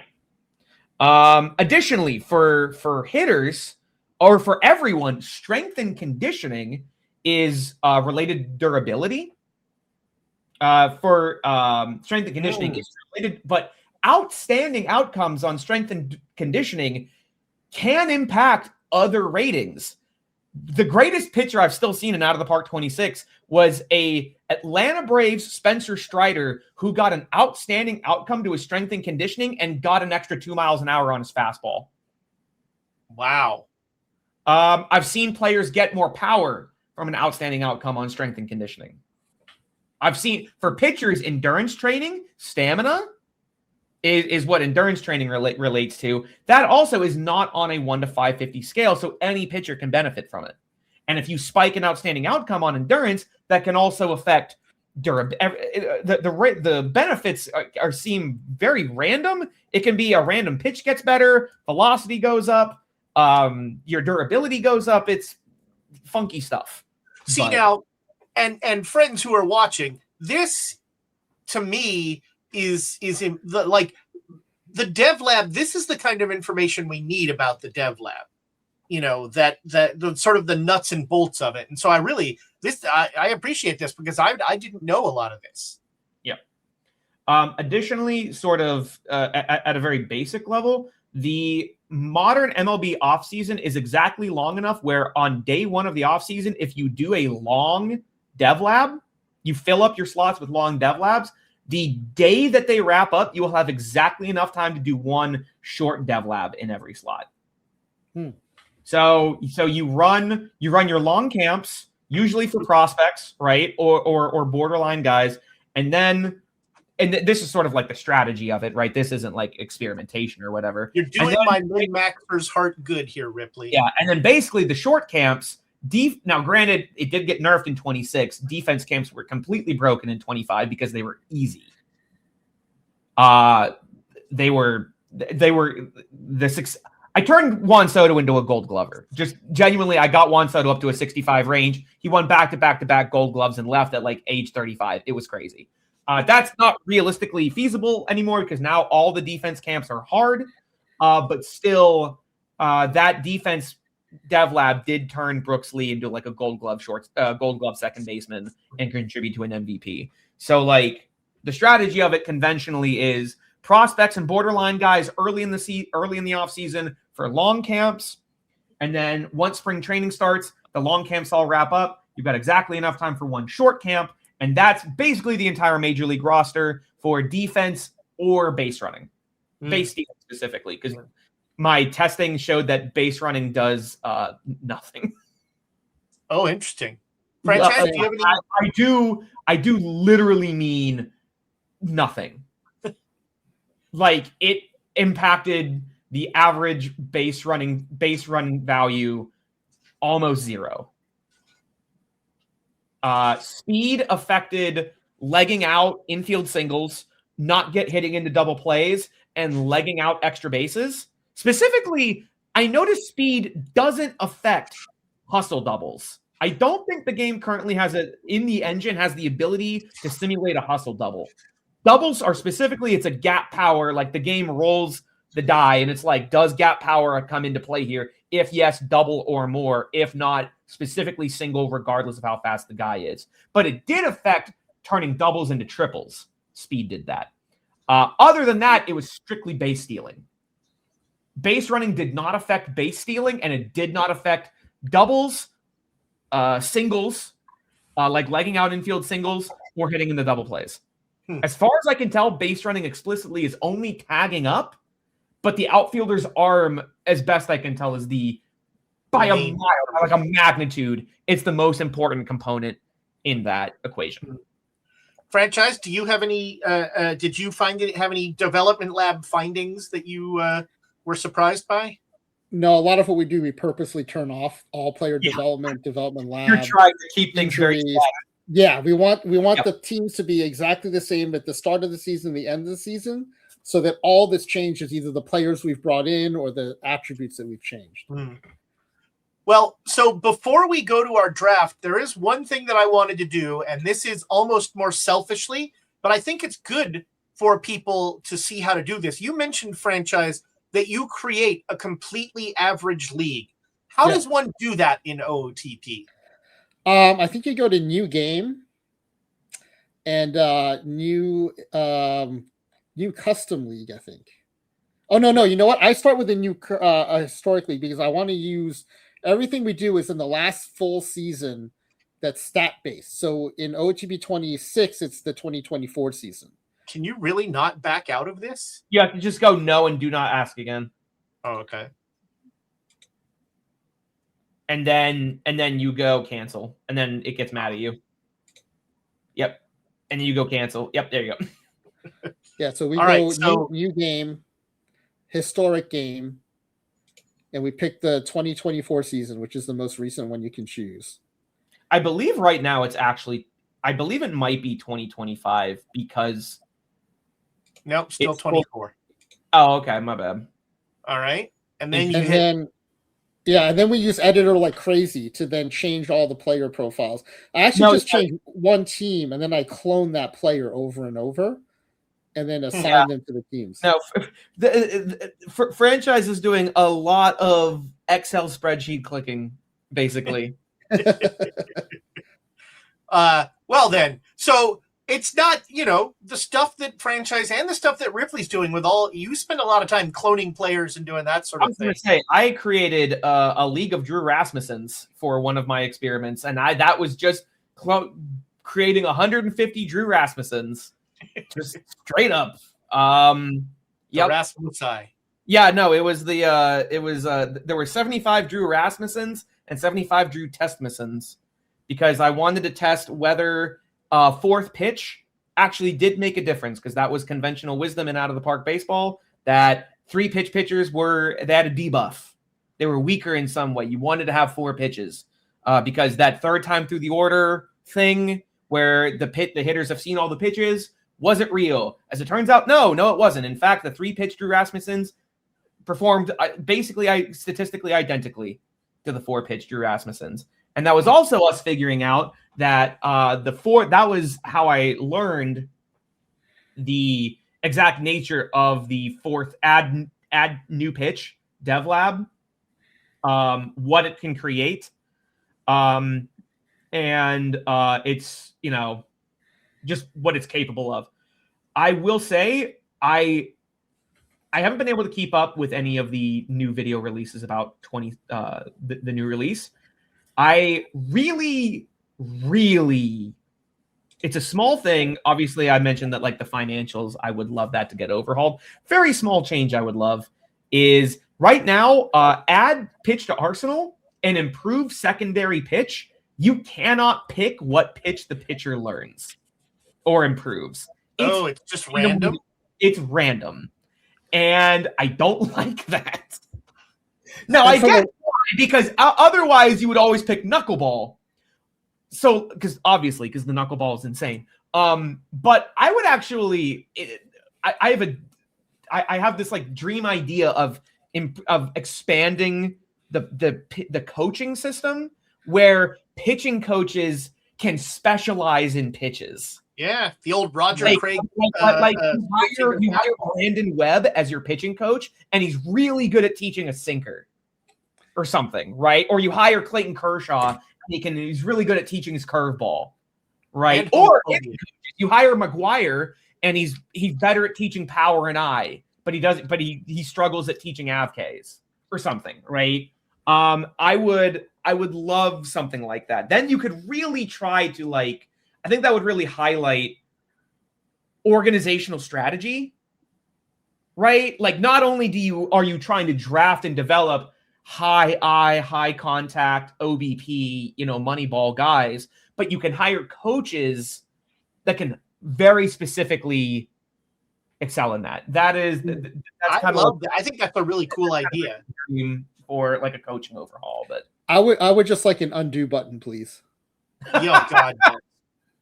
Oh, there's so much data. There's so many numbers. So, speaking of numbers, we have a draft. We have our 9 innings draft here. And I asked my guests what topic they would like, and they came up with outliers, baseball outliers. And so our favorite individual baseball seasons, good or bad. Yeah, good or bad. That's a key there. So we have 9 innings, and each of my 2 guests got to pick a special inning. So the 3rd inning is going to be an outlier from the 1970s, and the 7th inning is going to be a player that played less than 5 years, which was shockingly hard. It's not all that often. Yeah. I thought there would be more flash in the pan guys, but they tend to they stick around because they've shown potential. They end up with waiver wire claims, as a 30-year-old, which sucks, but they still get some playing time. I have 3 players on my list that played 6 years. It was very frustrating.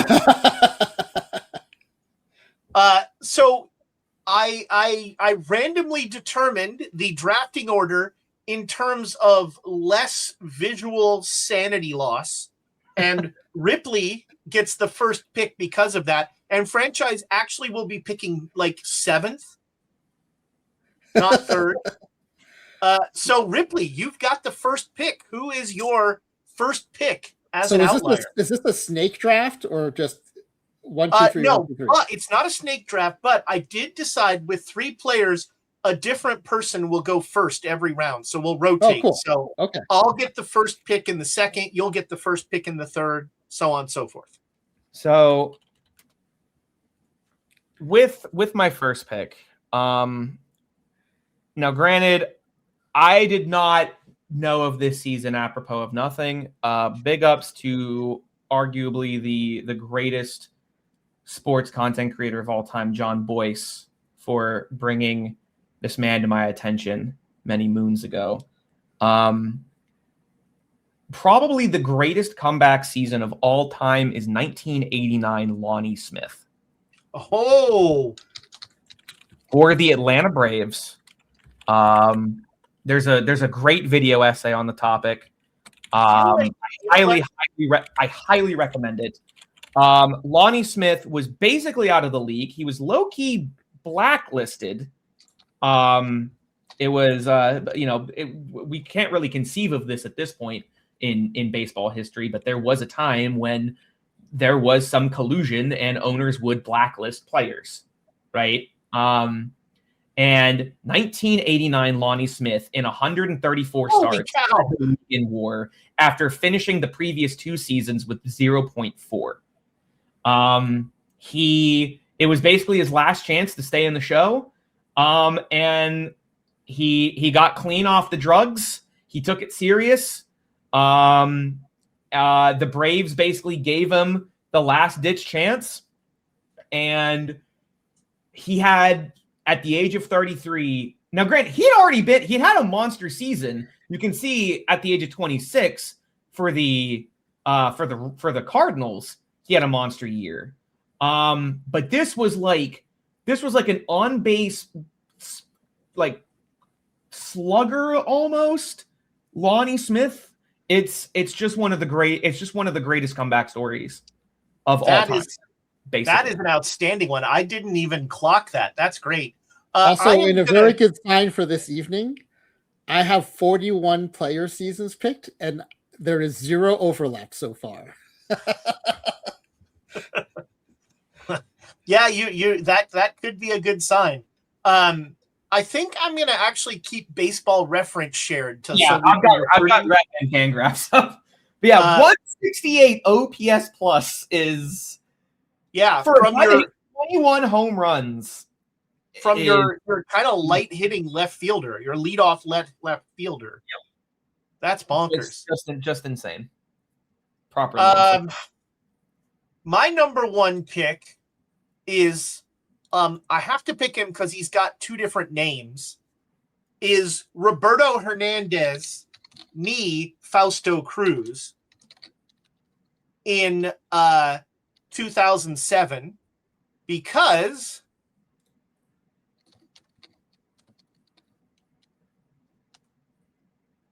no, is this the wrong? I did this every time. Wrong, Roberto Hernandez. You can't enter Fausto Cruz. I knew him as Fausto Cruz. 2016. So Fausto Cruz in 2007 went 19-8, and basically that was he got 6.2 WAR, and he never had higher than 3 WAR. In fact, he was mostly negative WAR for the rest of his season. He has a total of 5.4 career WAR. 6.2 of it came in 2007. If this happens to my 26-year-old pitcher out of the park, I'm mad as hell. But Bartolo might have to assume direct control. Like I might not be responsible for my actions if my 6 WAR starter regresses, just disappears. Yeah, no, I was like, when I looked at these numbers, I was just like, what the hell? How did this happen? I wonder, I'm going to look up, I want to see how much what do you mean 500 internal Fangraphs error? Fangraphs. Fangraphs says no. I wanted to see his F4. That's that is my first pick. He'll always be Fausto Cruz to me, damn it. That's a good one. The name change was I didn't recognize that name. Yeah, Fausto Carmona. Sorry, he was Fausto Cruz, then he was Fausto Carmona. Fausto Carmona was like a nickname, and there was some belief that he stole a birth certificate. Ooh, you don't like it's a serious accusation, but it has happened. Yeah, there was some suggestions of shenanigans. All right, franchise, your first pick. So I'm going with one. It's a season I talk about a lot from the perspective. It is an all-time amazing season, but it qualifies for this for another reason too. If you look at either side of this season, it's very Brady Anderson-like, but this player is not Brady Anderson-like in career. It's Steve Carlton, 1972. That's one of the all-timers. Yeah. Not a name I was expecting. Look at 71 and look at 73. His WARs were 4.1 and 2.2. In 72, he had a 12.1. All right, yeah, that's an outlier. He also won 27 games on a team that won 59 games. And he pitched 60 more innings. Yeah, he had almost half of his team's wins. That would be like if Shohei had 55 wins. FIP of 3.4, FIP of 2, FIP of 3.5. Every stat you like, ERA plus 102, 182, 97. The strikeouts. his strikeouts per 9 jumped 2.5. Look at his strikeouts to walk ratio: 1.76, 3.56, 1.97. Goodness Jeez. gracious. That is fun. Steve Carlton wouldn't have even occurred to me. That's a fascinating pick. And when you get a 3-year blend of this season, it sucks. Oh, out. Sure. I see the vision. And now we see franchises carving. That's what we like to call a callback. Yeah. So All right, I thought it was rare to have a Hall of Famer with a peak season like this. That's like an outlier within a Hall of Fame career. Didn't it? I mean, he was obviously very good in 81, but like he missed time in 81, right? Yeah. Yeah, Wow. He was good in 80 too. I mean, 80 was his big 80, excuse me. Yeah. Same thing happened in 80, basically, where he once again dropped his FIP by over an entire point. Wow. But also, even within the top season, to win 27 games on a 59-win team is mind-boggling. Yeah. And then he did it. Not as good a season, but 1982, he also had some. He won a Cy Young with 5.5 WAR. I bet that's when people look askance at. 30 complete. That was also a strike year, though. So the 5.5 was a little strike. Yeah, 30 complete games. Wow, he could have been your 70s outlier franchise. Oh, I've got 70s. All right, so I get the first pick of round 2, and it's time to start putting some Giants legends up here. So, I am so confident in this draft, I'm going to burn one of my 5 years or less players here. Wow. May I introduce you to William Van Landingham? I had his baseball card. His outlier is 1996 because he was a perfectly cromulent pitcher. And then in 1996, when the Giants said, "You can be an everyday starter," his answer was, "No, I can't." And he doubled his negative WAR and made himself a negative WAR pitcher for the entire season just on that 1996 season. After in 1995, he just teased. He's like, I could be effective. And then a whole season of just blah. So William Van Landingham. Strikeout rate plummets, walk rate balloons. Yeah. FIP goes up. And, his main claim to fame was he, for a time, was tied for the longest last name on a baseball jersey. Oh, and then Christian Encarnacion Strand came around and absolutely beat the crap out of him. That's right. Right. All right, franchise, your second pick. All right, I'm going to go with, let's see. Franchise has like a draft board that looks like one of those NFL coach play calling sheets. He's like highlighting things in different colors. I'm going to go with 2015 Astros, Evan Gattis. He was on my list. 10 triples. He had an 11 triple season, and he had 12 career triples. Oh, man, that's pretty good. Yeah. Triples are mostly, unless you're at Coors Field, Oracle, or Kauffman, they're basically random chance. Yeah, I picked this kind of to highlight the volatility of the triples as a stat, but also the fact that he's a catcher and he had 11, but then also to highlight the fact that he only ever had one ever the rest of his career. And it was before that. I mentioned SB Nation. There is and John Boyce earlier. There is an SB Nation video about this exact season by Evan, and it details all 11 because it's 2015. We have 1080p video of every Astros game. You can look at the triples, and yeah, it's actually preposterous. Like literally, like half of them, like it's like a weird bounce, and the fielder like has to like he zigged when he should have zagged, right? Yeah. And Evan is just chugging along the bases. The defender decided to die. Yeah, not a small man, by the way. And 6 years. Yep. Yep. That's why I had to use them now instead of. It'll be a theme, the 6 years thing. Ripley, your second pick. So, in trying to find guys that played 5 years or less, my first instinct was to go to the 1944 and 1945 MLB seasons, because baseball was very weird those 2 years because a lot of the stars of the league were fighting in World War II, and the seasons were explicitly not canceled at the behest of the president, if you can believe it. He wanted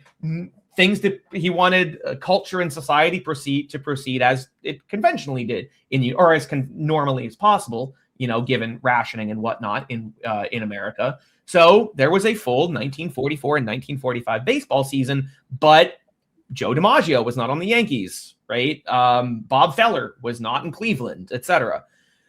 And so there are some guys that maybe you could get a look at. What were Ted Williams to have never picked up a bat, were Hank Greenberg never to have picked up a glove. These would be the guys, right?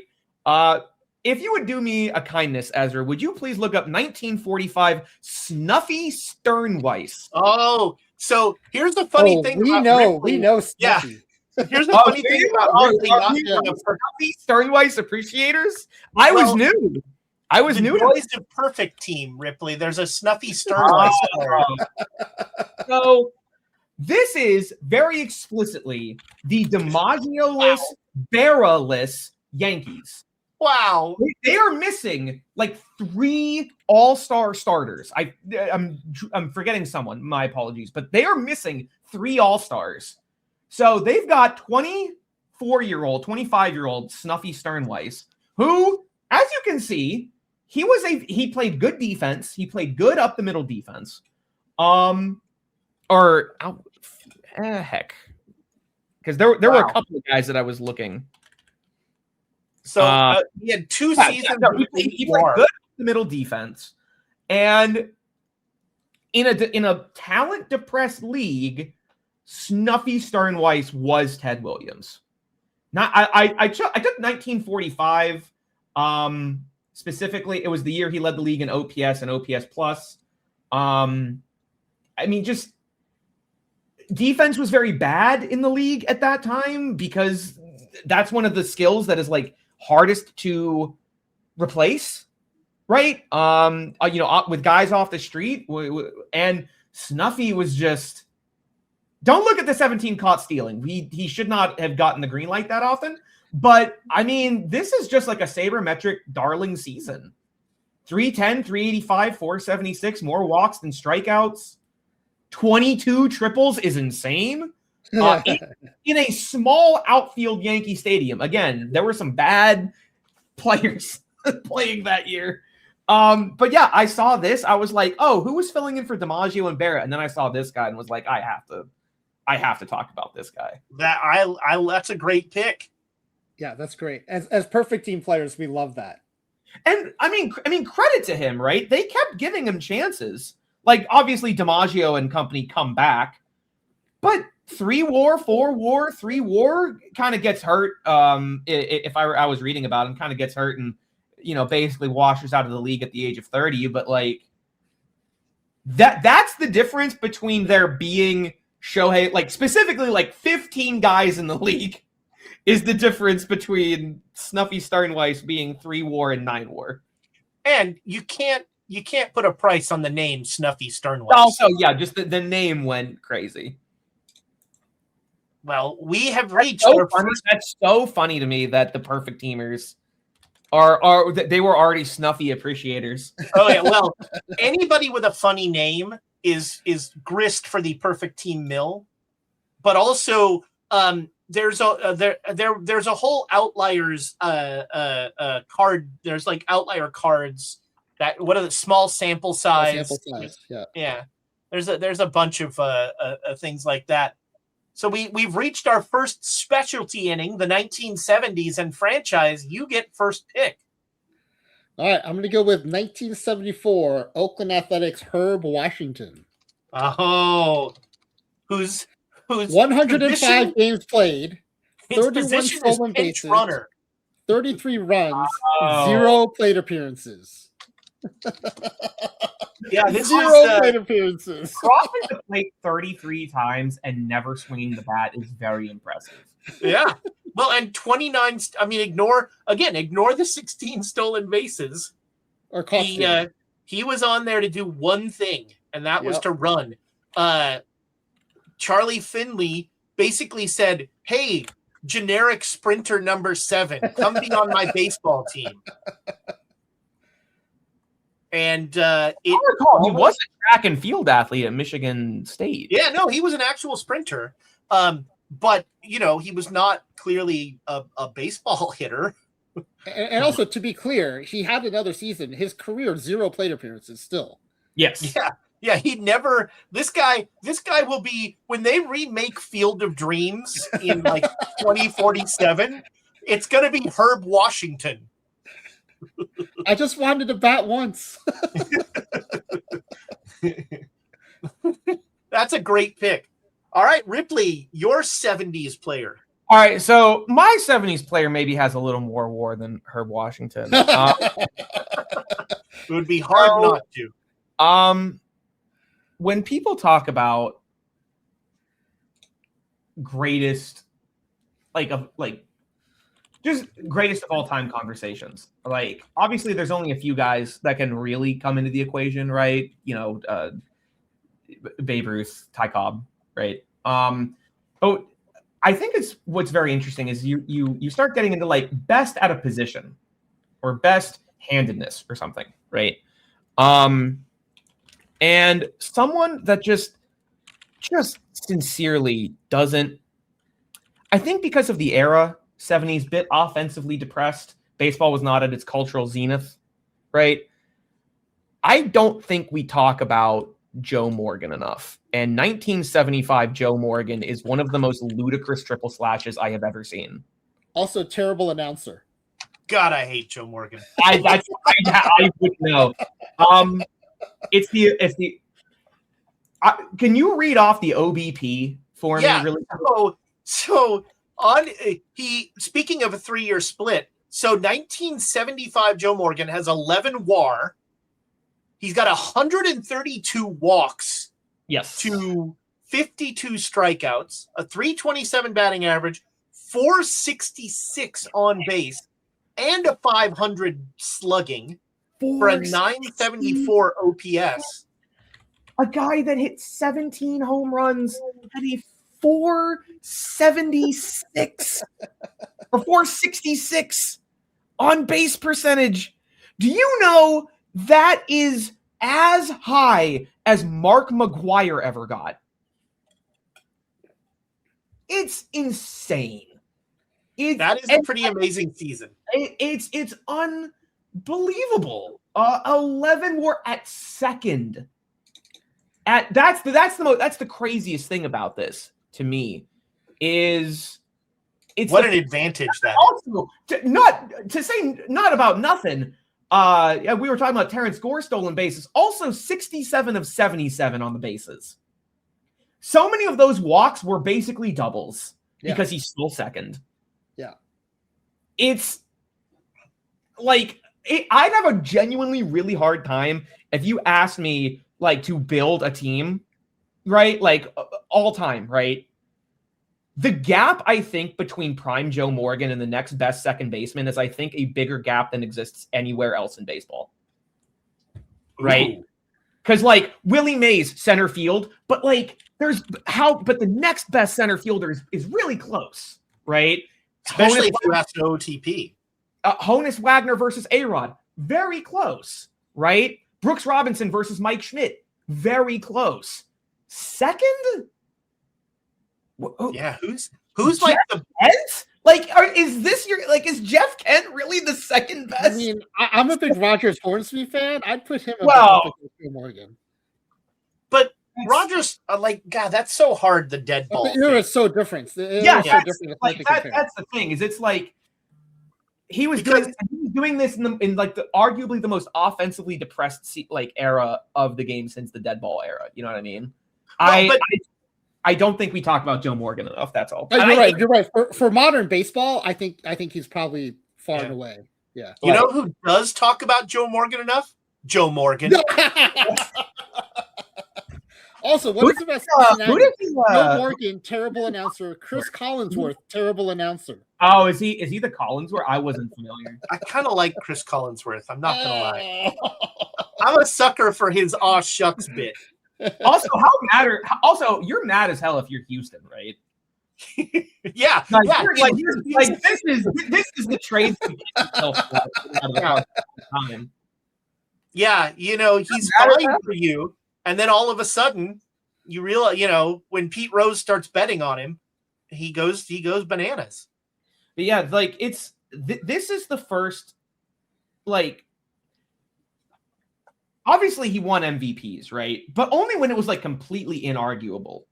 This season. Yeah, but he had other 9 WAR seasons in which he doesn't. Yeah. And I think it's because in that era, walking 115 times and then stealing second it's not flashy, and so people didn't value it. Enough, right? No, it was home runs, batting average, and RBI to get. It was Triple Crown stats to get. Yeah. And Joe Morgan was a little guy, so they didn't care. Yeah. Yeah. Anyway, that's all. Yeah. My 1970s great pick though. That is a great pick. My 1970s pick, and sort of the theme of all of my picks, is players who had a career negative WAR, but had 1 year with a positive WAR. Mm-hmm. And I present to you, ladies and gentlemen, 1970s Cito Gaston. Oh, nice. Oh, God. In 1970, yeah. Cito Gaston had 5.1 WAR, and he barely ever had a positive WAR in the rest of his career. Oh, that profile is already really bad. He 41 got to 142 strikeouts. This man got lucky. He got MVP votes this season. His second season, his only All-Star season. And to go back to a joke Ripley already told, if this happened to me in my OOTP season, where my infielder, well, he was an outfielder mainly, but my light hitting left fielder all of a sudden popped 5 WAR and then never got close to it again, I'm turning the game off. No, oh, you know what? No. So this is what I don't pre-arb extend this guy, because I scrolled down in advanced batting. He rocked a 380 BABIP that year. Yep. Ain't no way that's sustainable. I know. Yeah. I'm trading him. I think Ezra, your list is probably going to be the BABIP list. That's right. My list is well, unfortunately, William Van Landingham was on the BABIP list. All right, it's the 4th inning, and it is back to Ripley's first. It is back to Ripley's pick. Okay. So going back, I'm gonna go back to the 40s really quick, because again, I was just stunned by some of the players I saw, and I will be in love if this guy is somehow like a perfect team darling. I think I have found one of perhaps the first great stopper season. Oh. Reliever. 1944 Joe Heving. Heving? Heving. Might be Heving. I couldn't. I do not think he has a card. I don't think so either. We got to get one made. He bounces around the league several times, mostly as a starter. And then in 1944, oh wow! So the reason this is a Bob Fellerless Cleveland, right? They basically invent the bullpen game in this season.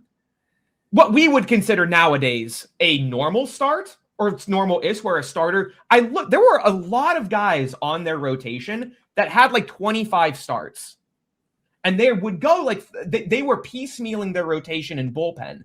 And a lot of these guys were only going 5 or 6 innings. And Joe Heving came in 63 games and threw to a 196 ERA across 120 innings.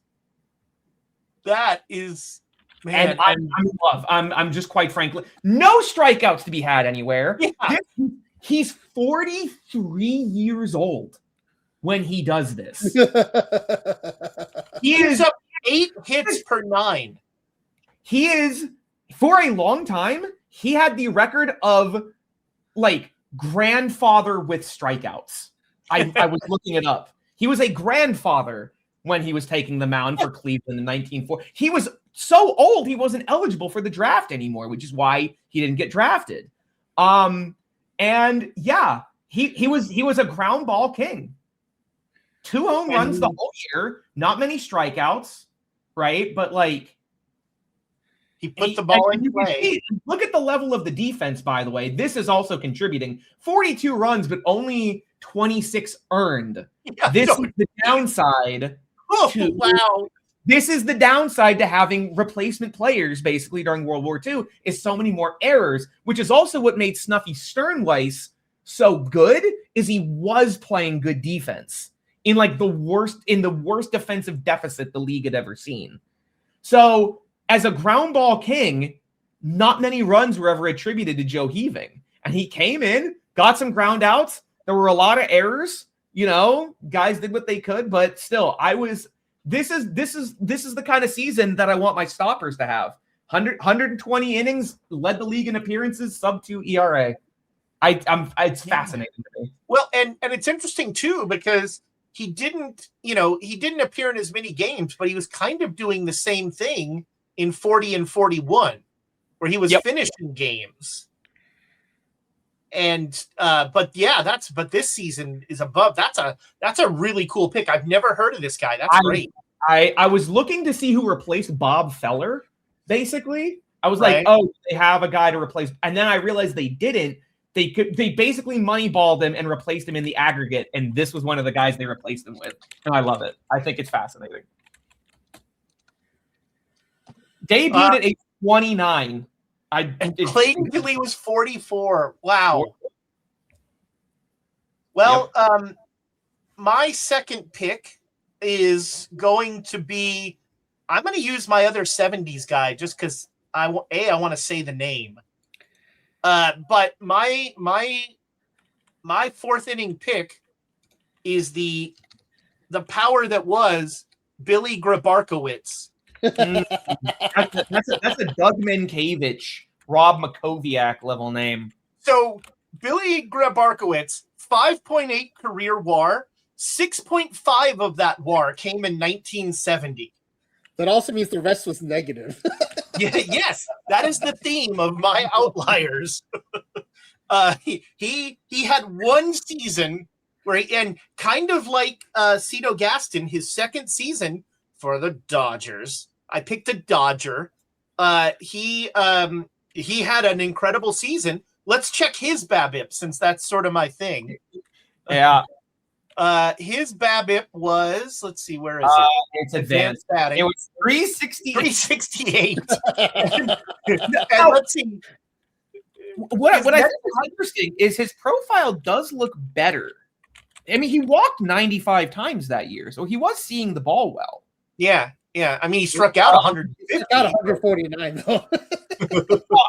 So true, and that's not ideal. But I think in the modern setting, I mean, that's downright Soto-esque, right? Like, he had a great, I think, silver perfecting card in PT 24 too. It was a really fun. The big thing that I'm seeing here is strikeouts high, walks high, but not 17 home runs is not bad, but it definitely can be fluky. And only like 20 doubles. If this guy could have only gone to the Vanderbilt hitting lab in 2023 and gotten launch angle help, this guy could have been great, I think. And this guy just needed to learn how to lift the ball, I think. Yeah, he was a career middle infielder, but he had one glorious season, and that's what this draft is all about. Franchise, what do you got for your fourth inning? I'm going to do the reverse of that and go with the reverse Carlton. and this has a bit of pop culture addition to it too. 2020. Look, if you would please pull up the career of Matt Kemp. Oh, Oh, yep. 2009 WAR 4.9. Out 10th in MVP voting. You're 2011 not season. interested in 2011 when Ryan 8-point Braun. WAR. You're interested in 2010. 2011 8.0 WAR. All-Star and second in MVP voting. In both 09 and 11, he won a Gold Glove and a Silver Slugger Award. 2010 negative 1.1 WAR. Do you know what was happening in his life during 2010? did he divorce Halle Berry? Nope. He was having a very public something. Did He was Lisa dating- Left Eye Lopez burn his house? From January of that year to December of that year, he was dating Rihanna. So what? Okay, so what I think is very interesting, the batting, the hitting was not bad. The hitting was obviously down. But 106 is not bad. I think. So I also see he played every game. I think he might have just forgotten to play defense that year. Like I think he might have been too tired. And Baseball Reference is generous towards bad fielders in a way that Fangraphs isn't. To Ripley's point, he still had a 106 OPS plus during his bad year. He was over average OPS. Yeah, that's interesting. But that's fascinating. He was like the reverse Giant. He was odd years where the Giants were even years. Oh, that's weird. So Fangraphs has him at 0. They're actually a little less penalizing. So the defensive metrics that Fangraphs uses are a little more kind to him than BREVs. So the theme for my list is negative career WAR. The theme for franchises clearly is 3-year samples. This is why he hates 3-year samples. All of the players he's picking are like 1 year sandwiched between 2 really good years.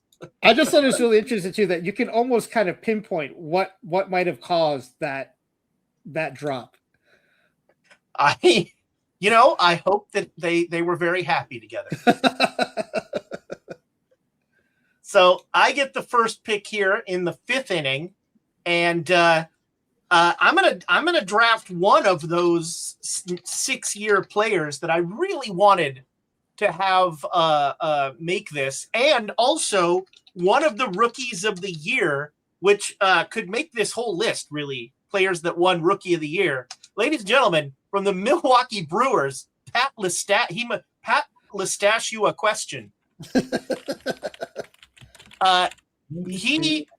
His rookie year, he put up almost 5 WAR, and then he didn't anymore.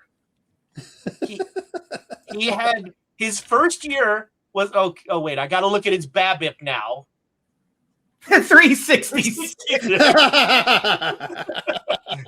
All right, so that's why. Hey, any Padres fans? I've got a type. Yeah. Do you all remember Pirates second baseman Adam Frazier making the All-Star game and then getting traded to San Diego at the deadline? No. Oh my God. 2022, 2023 or so, they got Sawinski and Bednar in that trade, if I recall.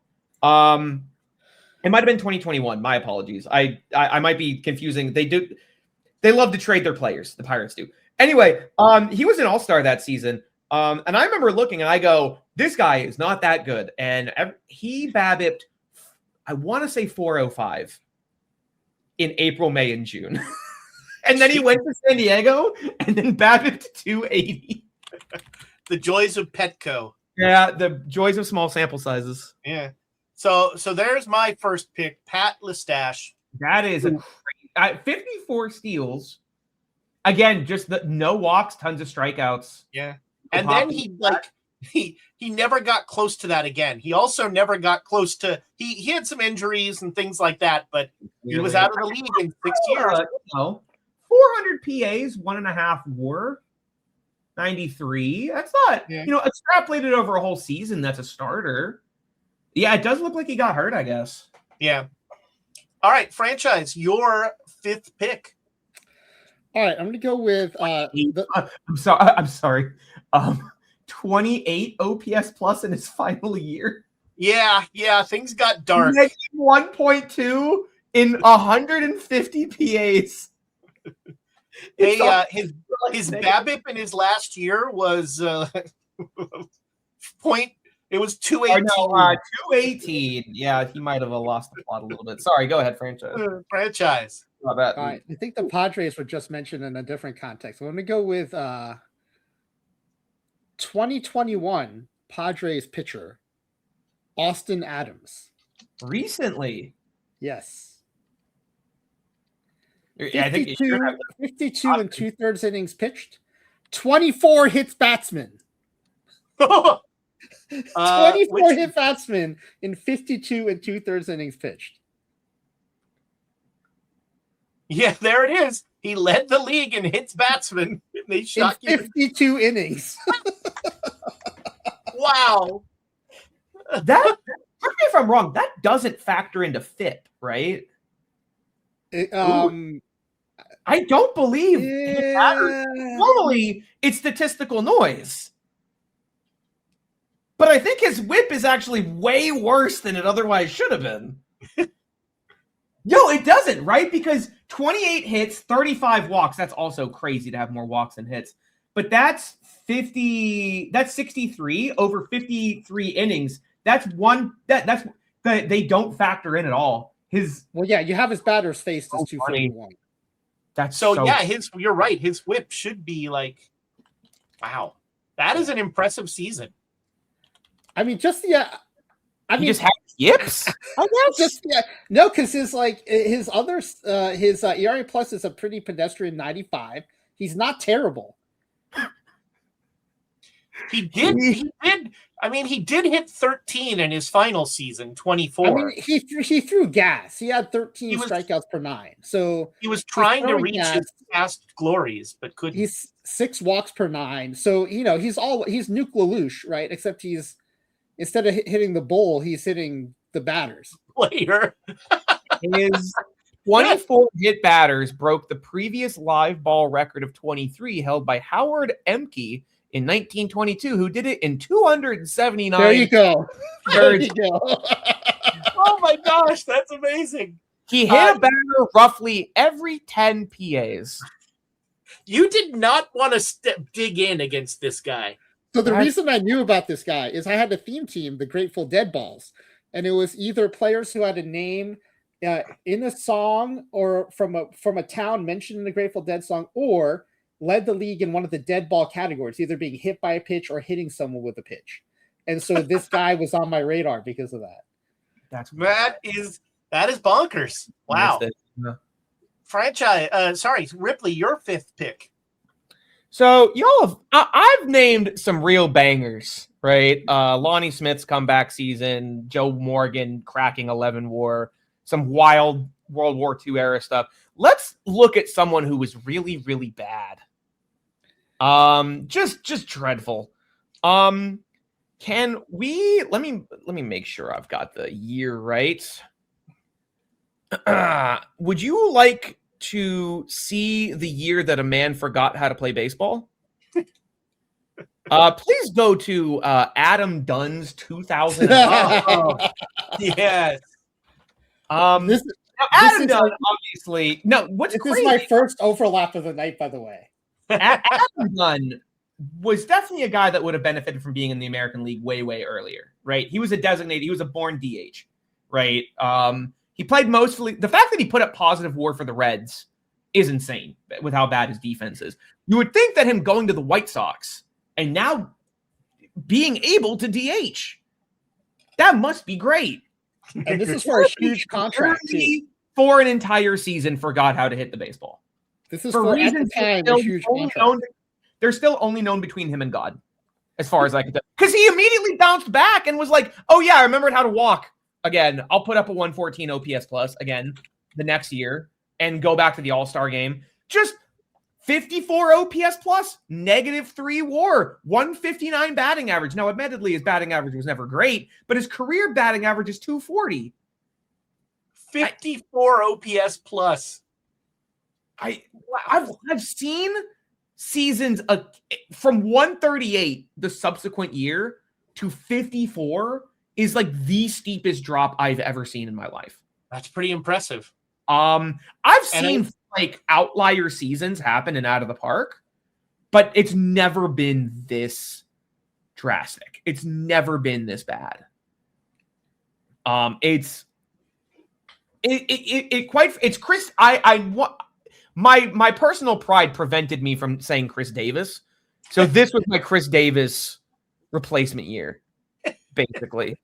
And if you can look at all the underlying numbers, they're not like that out of line. His BABIP was a career low, but like he had a productive season with the Reds with a similar BABIP, right? You look at his walks, he had 77 the year prior in in way more plate appearances. He was walking like normal, right? Yeah, his on base was 356, and then all of a sudden it was sub 300. He forgot. He genuinely forgot how to hit the baseball. His slugging went down like 250 points. Yep, he just genuinely forgot how to hit the baseball, and then remembered the subsequent year. It's ludicrous. Wow, it's insane. That is impressive.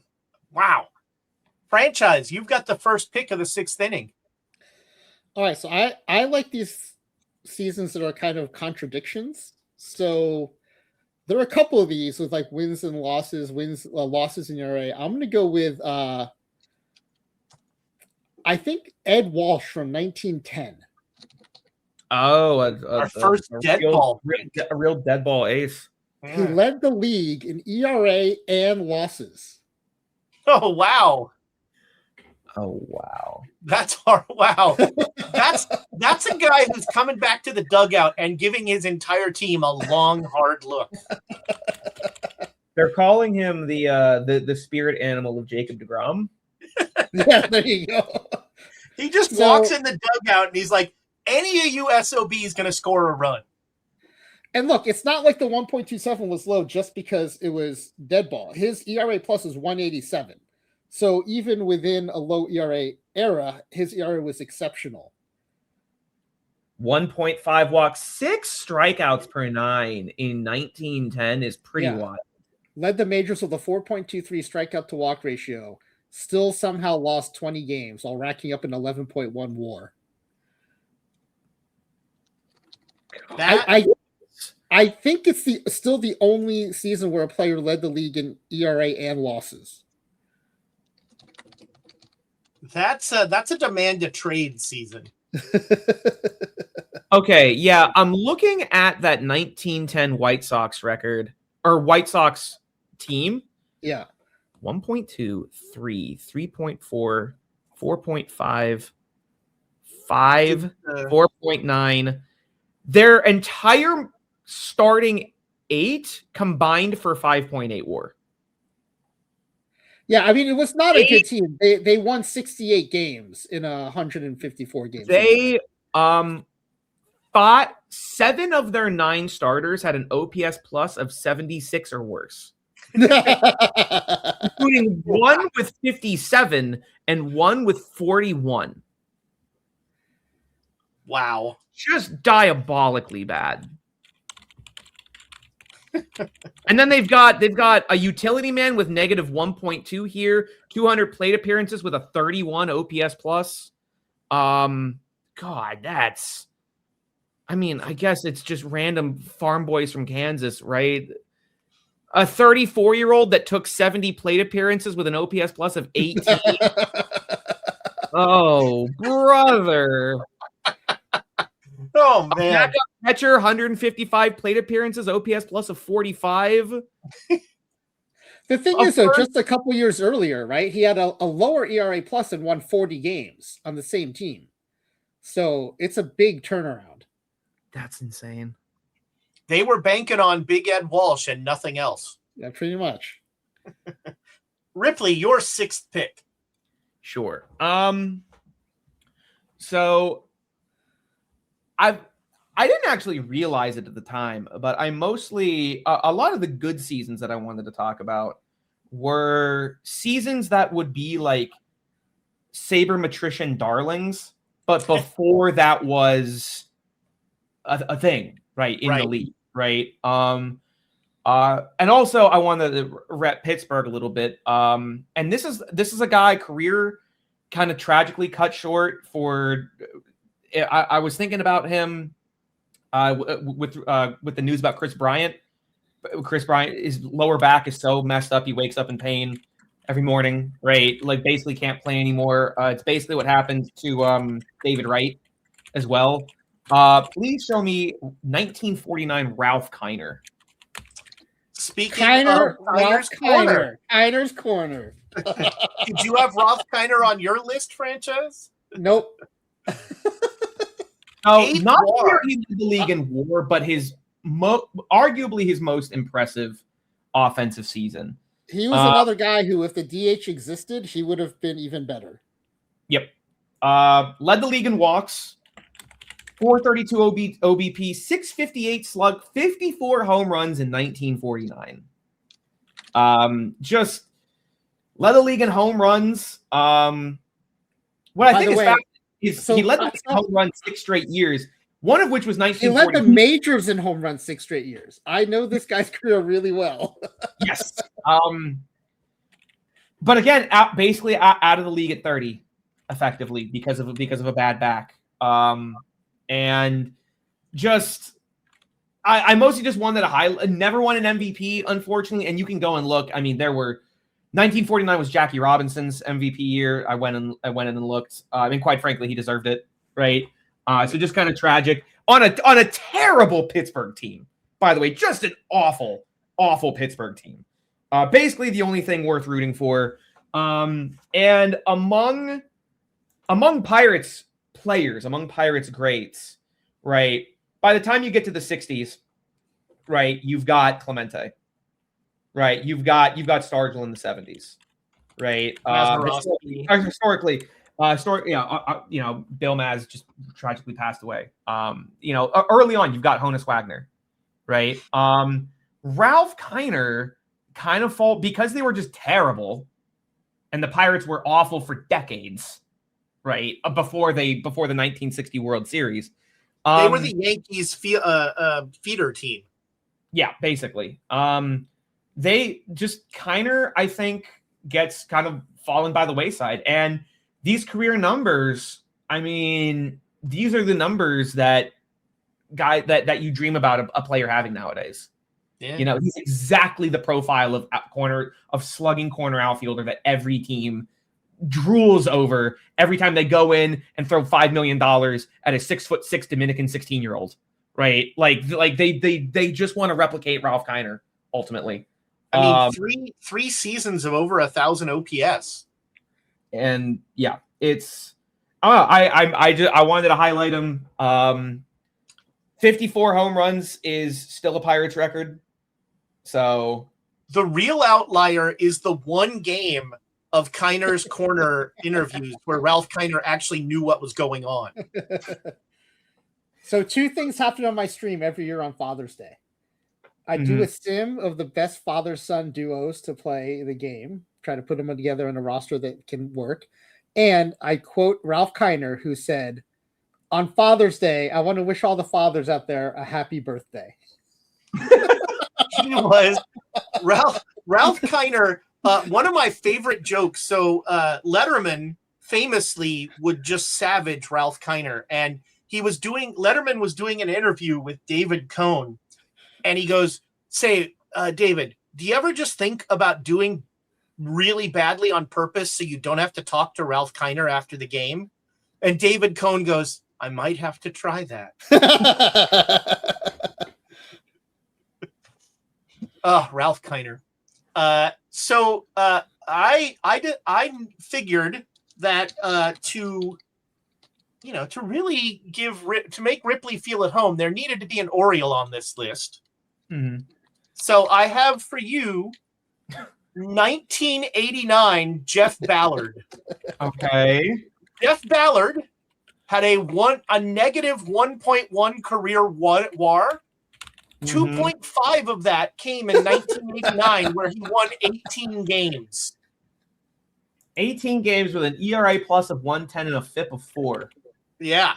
2.6. They just let anyone take the mound back then. 62 strikeouts over a full season. Yeah. Welcome to the late 80s American League. Nolan Ryan was in the late 80s American League. Well, yeah, but I mean, speaking of outliers, he was like, this season is just so bonkers, like out of nowhere. And yeah, a lot of it was just luck with wins with the Orioles randomly, but he was 6th in Cy Young voting that year. I mean, they literally didn't know ball. A reliever named Johnny, John Diedrich or something, probably won with 0.7 WAR because he had 41 saves. Oh my God, he was also in Pittsburgh. Oh, 6.6 ERA in the 1994 season. Oh God. Jeff Ballard. There you go. Now we come to, I think, the most exciting part of this draft. It's this is the 7th inning, players with less than 5 years experience. And I have like several picks here. I think the rest of my picks are all going to be 5 years of experience or less. But this one I have to pick because I lived through this. This was 1990, the East Coast media bias at its absolute height, because the next big thing coming to the Yankees was Kevin Moss. Kevin Moss, there you go. Kevin Moss, a career 1.5 WAR, 1.2 of that came in his first season. The only season that he was really any good. He was out of the league in 5 years. He was going to be. He's the reason the Yankees thought they could get rid or not have to deal with Donnie Baseball. I mean, well, Mattingly also had a pretty famously bad back by then. Mattingly's back was bad, but so before whatever that shortstop, Volpe and all that, Kevin Moss was the Yankees, like, this guy can't. And there was a pitcher, Brian Taylor. Brian Taylor. Yeah, he broke his hand in a bar fight. He was like their number one pick. Yeah. That was, but my college Ezra opening the Sporting News, reading like 8 articles about Kevin Moss, already sick of the guy before he plays a second. That's my pick. Franchise, what do you got for the played less than 5 years? I can't get over just the sheer 21 home runs in 300 PAs as a rookie, and then never doing it again is that's insane. Kevin Moss, the one-hit wonder.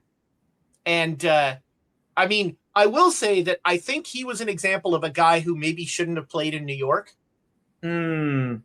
Like, I don't think the New York spotlight did him any favors, because, he wore every 0 for 4 on his shirt, on his sleeve. Yeah. It's a tough media town for any rookie, I would think. Mm-hmm. Well, especially you're replacing Don Mattingly. Yes, for sure. What a hell of a jawline, though. Oh yeah, no, handsome he guy. He would have gone crazy on TikTok nowadays. Franchise, what do you got? Under 5 years. If you would please type into the search line in Baseball Reference the last name Yount, Y-O-U-N-T. But not the Yount you're thinking. But not Robin Yount. Yes. Go down to Larry Yount, please. Not Eddie Yount, who would qualify. Not Ducky Yount, who would qualify, but Larry Yount. Is this like Robin Yount's father? Please look at his career statistics. Oh my God, we've got another Moonlight Graham. He's Moonlight Graham. So he started warming up for a game. I think he got hurt and then never pitched, but he's the pitcher of record. So he's technically in the game. Never threw a pitch. Is this like a Brent Gretzky situation where it's like most WAR for brothers of all time? Like, is there any relation? Yount is such a uncommon name. No, he's his brother. He is? Yeah. So combined, they have still thrown for 0 innings pitched, Robin and Larry Yount. He was born in freaking 1950. When was Robin born? I mean, probably close to then, I guess. Oh, they get mocked by Gaylord and Jim Perry. Never mind. Yeah. Right, I forgot. The DiMaggio brothers, the Necro brothers. Gaylord Perry Tommy Aaron bringing Hank's B Ward down from 143 to 140. You know. By the way, Gaylord Perry famously gets auto-modded by Twitch.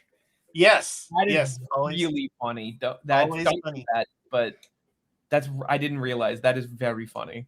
It comes up a lot when you're running a 50s Giants sim. There you go. Yeah. All right, Ripley, your 5 years or less. Well, so mine is. These have been a barrel of monkeys. Mine is, I think, one of the greatest what if seasons, what if careers of all time. I'm sure both of you are familiar with him. Maybe. Please look up Mike Fitterich. Oh, yes. The Bird. Yep. Not Mark Fidrich. Wait, do you mean Mark Fidrich? Hecky. Did I? Think Mark. it's Mark. I said Mark. I meant Mark. My bad. Mark The Fitterich. Bird. Yep. Yes, the Bird. Yeah. Yes. This is a great one. 21 years old. Quite frankly, I mean, very strong argument that he should have won the for all possible reasons back then should have won the Cy Young. Just a truly remarkable season. 24 complete games, 10 WAR, led the league in ERA.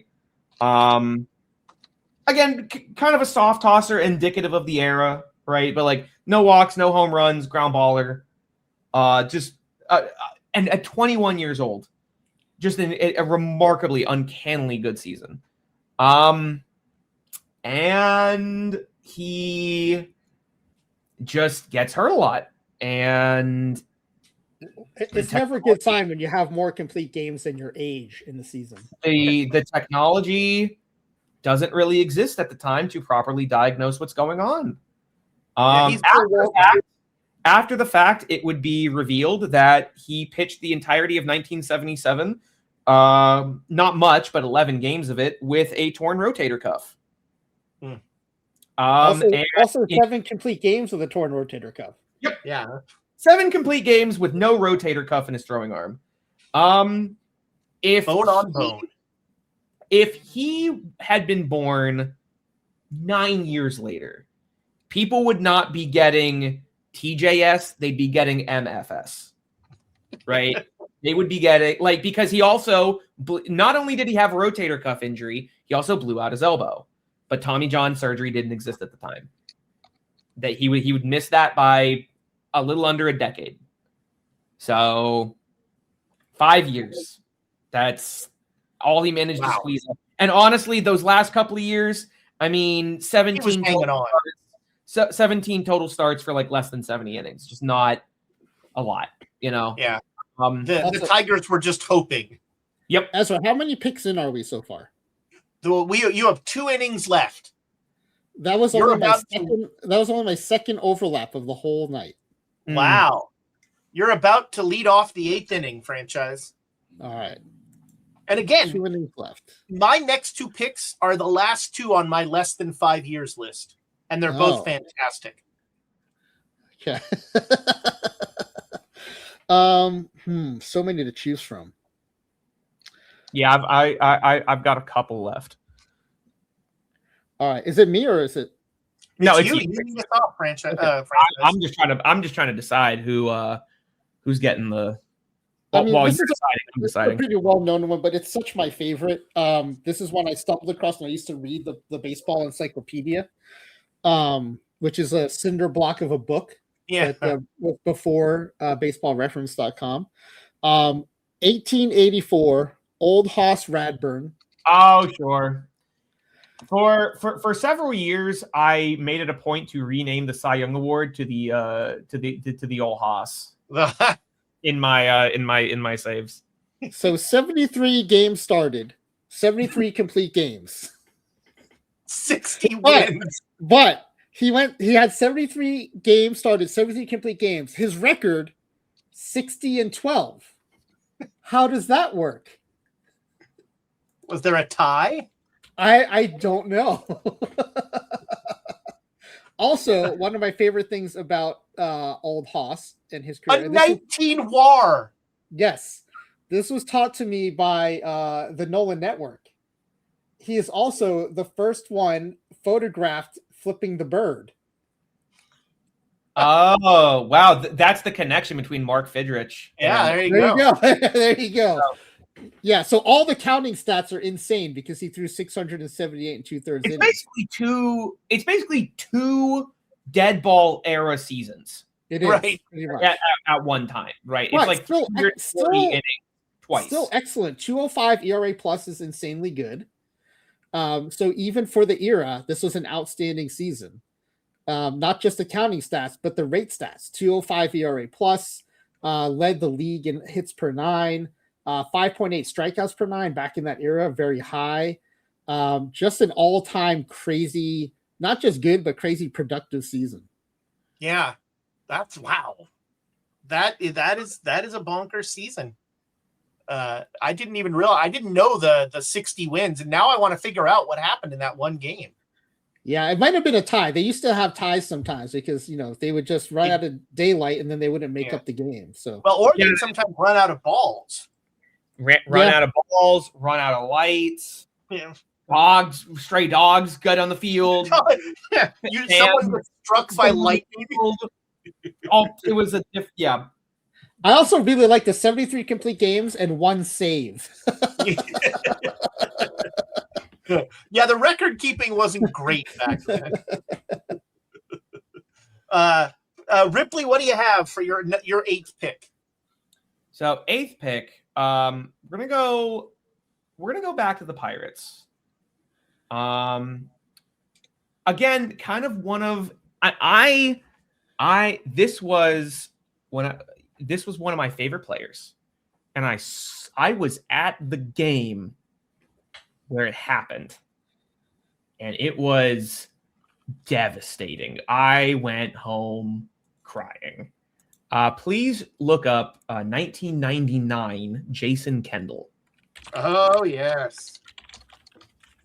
Jason Kendall, catcher, and a very against the grain catcher. He was, to this day, the only catcher to ever steal. He leads history in steals for catchers to this day.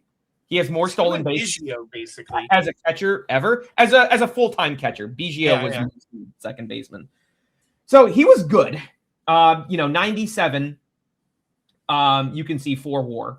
Very good.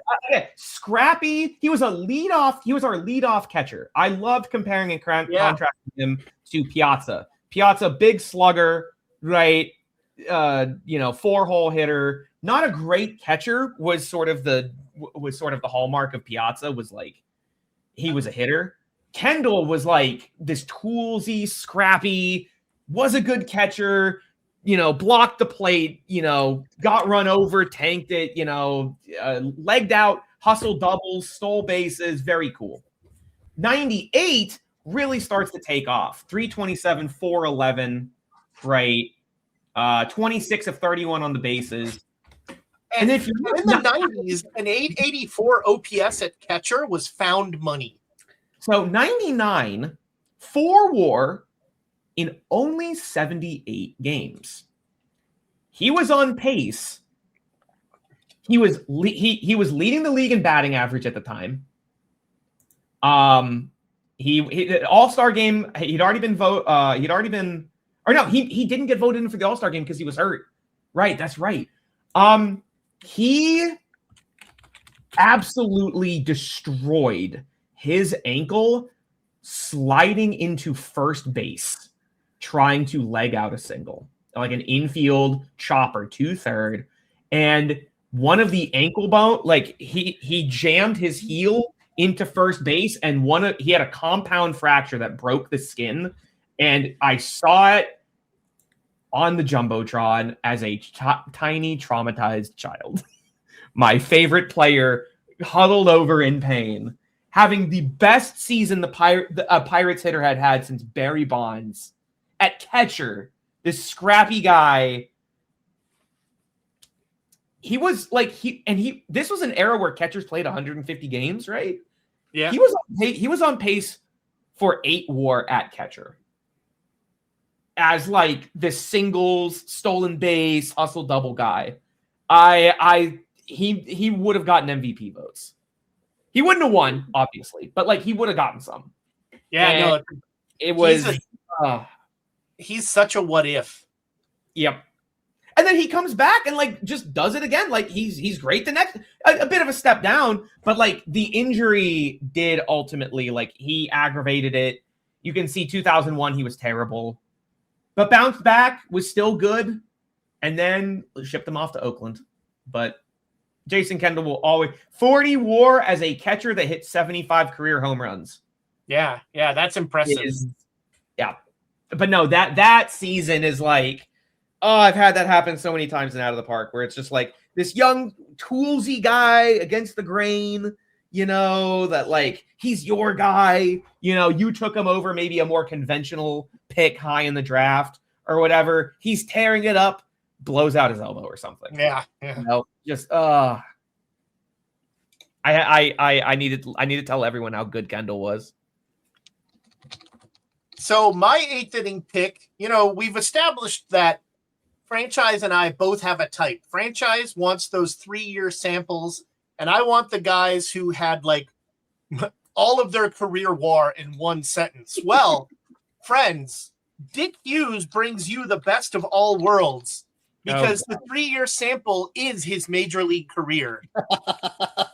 And it's a sandwich of crap, and then 4.2 WAR in the middle.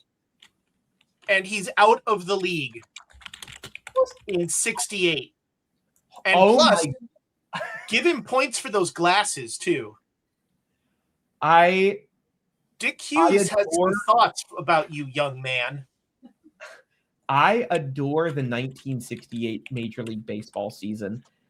His ERA was a 3.53, good for an 83 ERA. Yeah, I know. I was like, oh, well, that's not that bad, you know. Yeah, it got a little worse or whatever. And then I remembered it was year of the pitcher, and he was actually pitching like 43-year-old Jamie Moyer out there. Hughes in 1967 goes 16-6, leads the league in WHIP, gets MVP votes, and is only second in Rookie of the Year somehow. I don't know who won the Rookie of the Year, but and then is gone. He's out of the league in 8 games in his 25 games in his third season, and he's just gone. So he lost to Mets legend Tom Seaver, by the way. Ah, there we go. Okay, that checks out. Yeah. What? He must have gotten hurt. That's the only thing I could. I'm looking at his peripherals, and what's crazy is they're super consistent. His PBABIP was always a 222. Just always. Now obviously the offensive environment in 68 was a lot worse. So like maintaining the triple slash of his opposition is not, that's bad. He basically got worse implicitly in front, which is why his, it shows so that. He was here we go. Now he's going to connect. Now we're going to tie into Ripley because he got an undiagnosed rotator cuff in 1968. Yep. And he pitched 63 innings, and that was the last he would throw.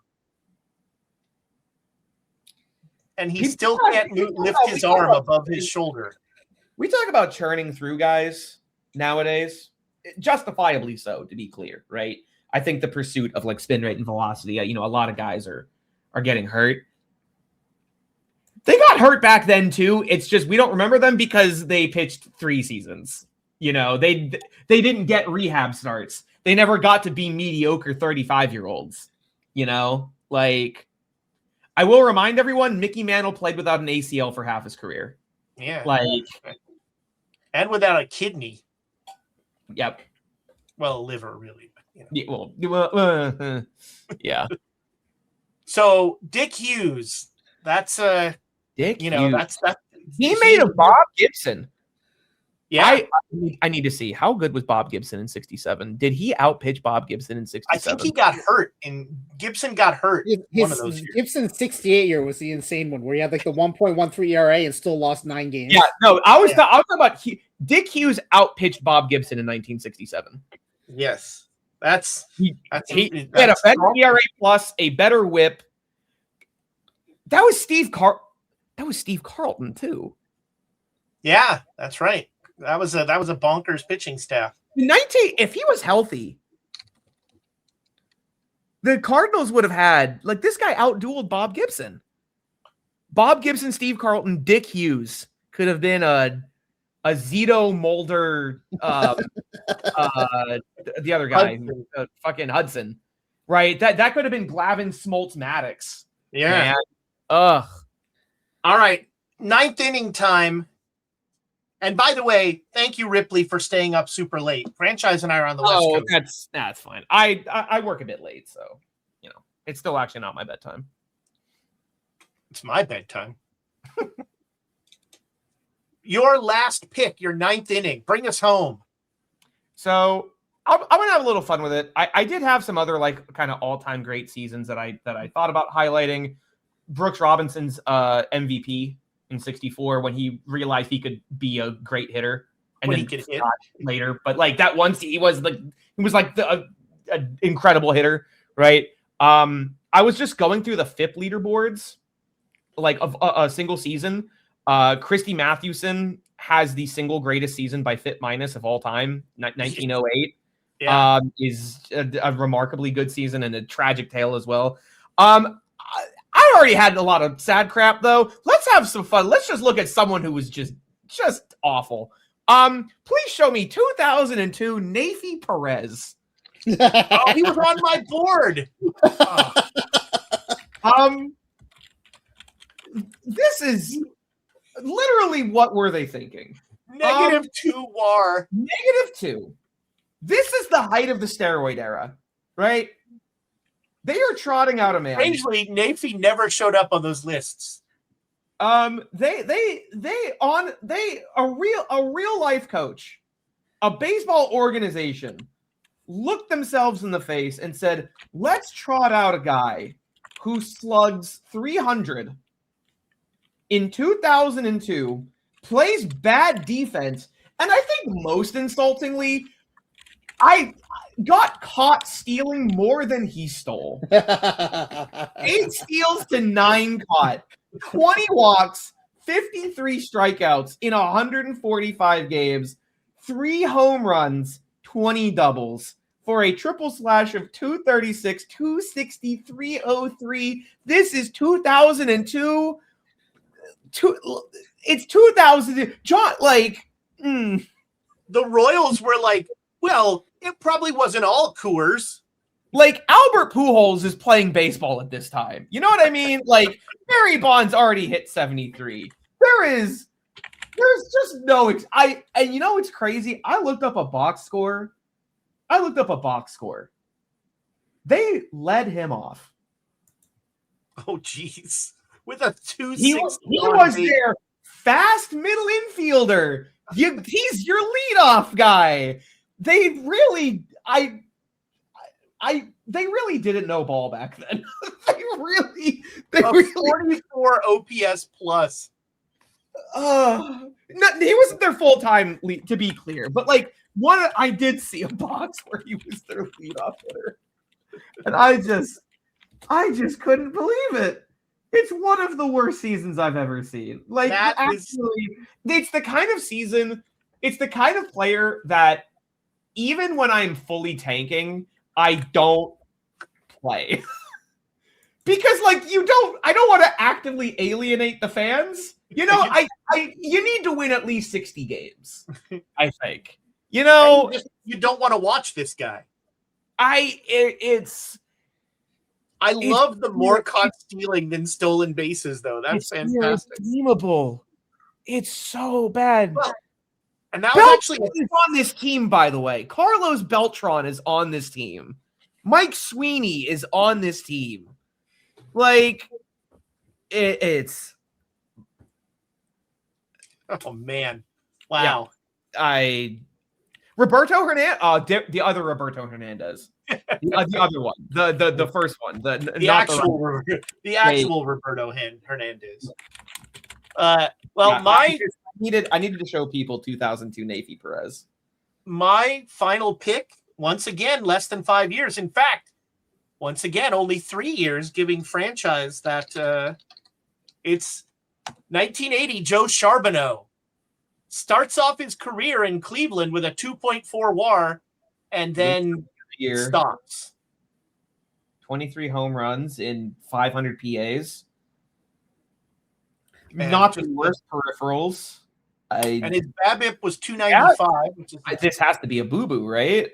Harbs also has had good perfect team cards the last couple of cycles. Sharbs. Franchise is on like a nickname. Was this? Let's see. Was he hurt? Recurring lower back injuries. Oh yeah, he injured his back in a head first slide.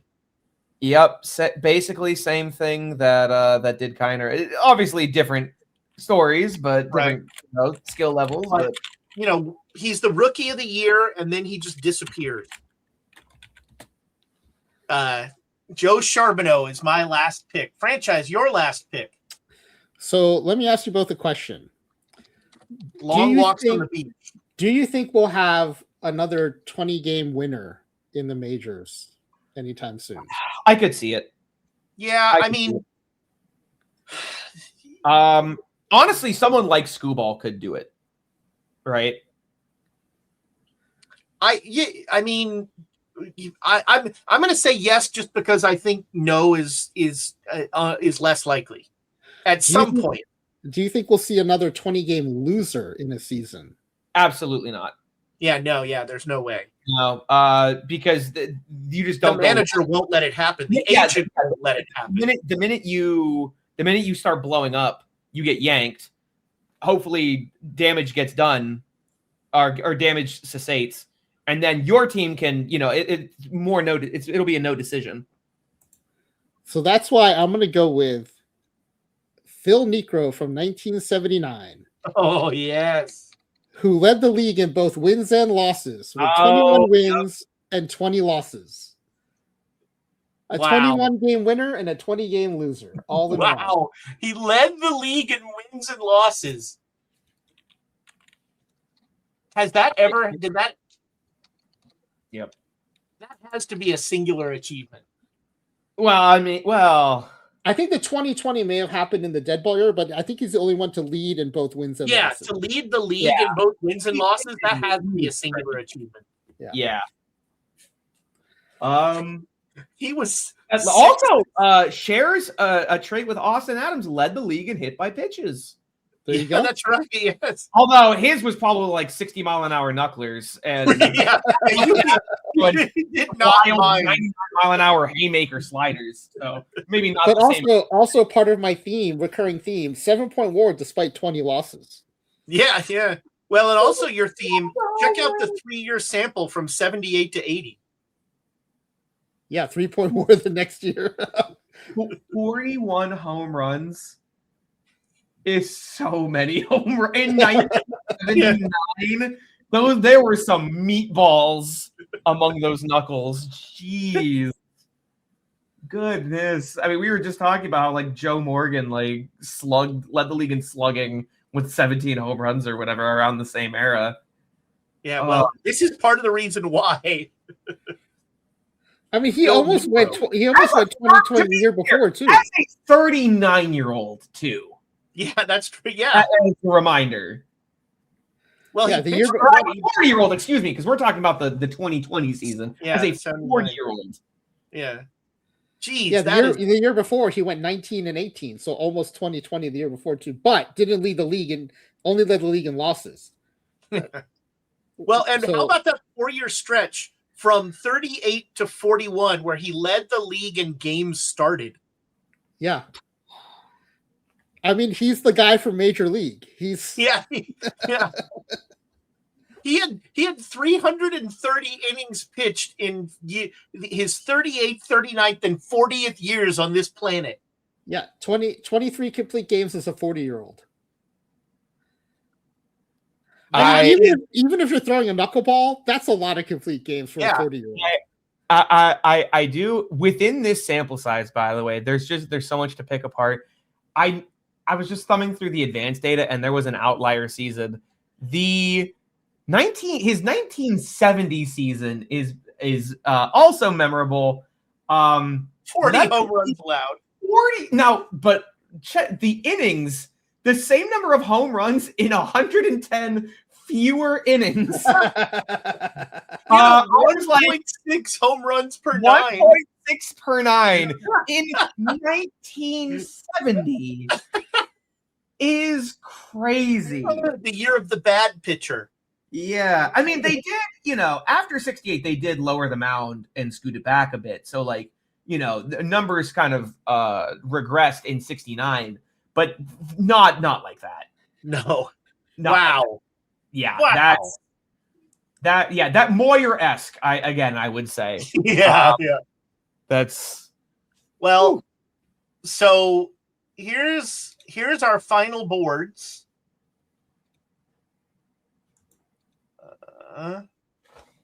Did anyone else have 2008 Ryan Domit? I didn't. I had. I did not use almost any of the Giants that I had because Rich Aurelia should be on this list. Like, who are your top 3 honorable mentions? Franchise? Do you want all 3 at once, or do you want to keep going round and round? No. Let's just do all 3 quickly here. People can look them up. 1919 Babe Ruth, who hit more home runs than any other team in the American League. That would be like Cal Raleigh hitting 275 home runs. Sure. That's pretty good. Reasonable. I've got Albert Pujols in his final season. Oh, yeah. After he went from the Cardinals to the Angels and did nothing, he then had a 153 OPS plus season in his final year, back with the Cardinals. Like, what a screw you to the Angels. And then maybe this is one of my favorites of all time, though, is Mark McGwire in his final season with the Cardinals had 56 hits, 29 of them home runs. So more than half of them were home runs. Jeez. More home runs than a really bad season, by the way. Like truly awful season. He was a sideshow by that point. Very, very much so. Very much so. Yeah. Ripley, what about you? Your 3. If you've got 3, or your honorable. You already said 1. Yeah. So 64 Brooks Robinson was. Well, we remember Brooksy as like the defender, and like mostly people think of him as like Maz, like great defender, bad hitter, right? But at third, like greatest, third baseman defender of all time. That season, he just remembered he just remembered how to hit, and I believe it was like it was like again an offensively depressed environment, right? Not long before a year of the pitcher, just casually 28 home runs, led the league in RBIs, 145 OPS plus, while also being Andrelton Simmons at third base. Like, just ridiculous, right? Just crazy. 1908, Christy Mathewson has a strong argument of being the single greatest pitching season of all time. And I mean, dead ball era, people don't bring it up all that often, but Christy Mathewson is that season. He had a 48 FIP minus across 400 innings. He has single-handedly wrecked the Giants pitching record books. Yes. Because like no Giants pitcher is ever going to do like Christy Mathewson is the answer to any Giants pitching trivia question. Because especially dead ball era, right? You often see guys with like Ed Walsh had that like 128 ERA or whatever, right? But you look at his FIP and his FIP is like 3. And it's because FIP is dependent on strikeouts and also walks, right? Home runs obviously aren't a big factor, but Christy Mathewson that season, 42 walks, 259 strikeouts. Jeez. Like led the league in walks per 9 and also had 6 strikeouts per 9 for a 0.8. It's insane. That in season, the dead ball era. in this is like the single greatest pitching season of all time. Yeah. And then, just to have, the meme of King Ghidorah, and there's two like serious heads, and then there's the goofball head. 2008 Ryan Domit holds the F-WAR record in the live ball era for worst F-WAR in a season with Nick. What's insane about 2008 Ryan Domit is he was a positive hitter that year. He had a was it 2008 or 2011? I want to make sure I get it right. Isn't Domit's catcher rating in Perfect Team like a 9? Yeah, Ryan Domit is one of my favorite backup catchers. Let's see, you're looking at So Ryan Domit had the single worst F-WAR season of all time in 2008 when he slugged 500. Yeah, and had 3 WAR. Yeah, 3B WAR. Baseball Reference famously does not ever use catcher framing. Oh. The most damning bit of evidence that I can tell you, because I did a bit of research for this one. Over his career behind home plate, Ryan Domit's career catcher ERA was 5.34. The same. Okay, wait, hold on. I have to share this page just for his picture. Yeah, it is. His picture looks he looks a bit like a Ken doll. His picture looks like the Joker colored in the eyes of his portrait. So his catcher ERA was 5.34. Someone went in, not me, thank God. Someone went in and crunched the catcher ERA of the same pitchers for every inning they pitched where Ryan Domit wasn't catching for them. The catcher ERA was 4.9. It was half a run better. Fantastic. He cost his team. He added half a run of ERA to every pitcher he ever played with. That's if catcher defense doubters, if you want to know how bad it can get, that's how bad it can get. Wow. Oh my gosh. So I had Ezra, if you want to add years, it's Pujols is 2022 and McGuire is 2001.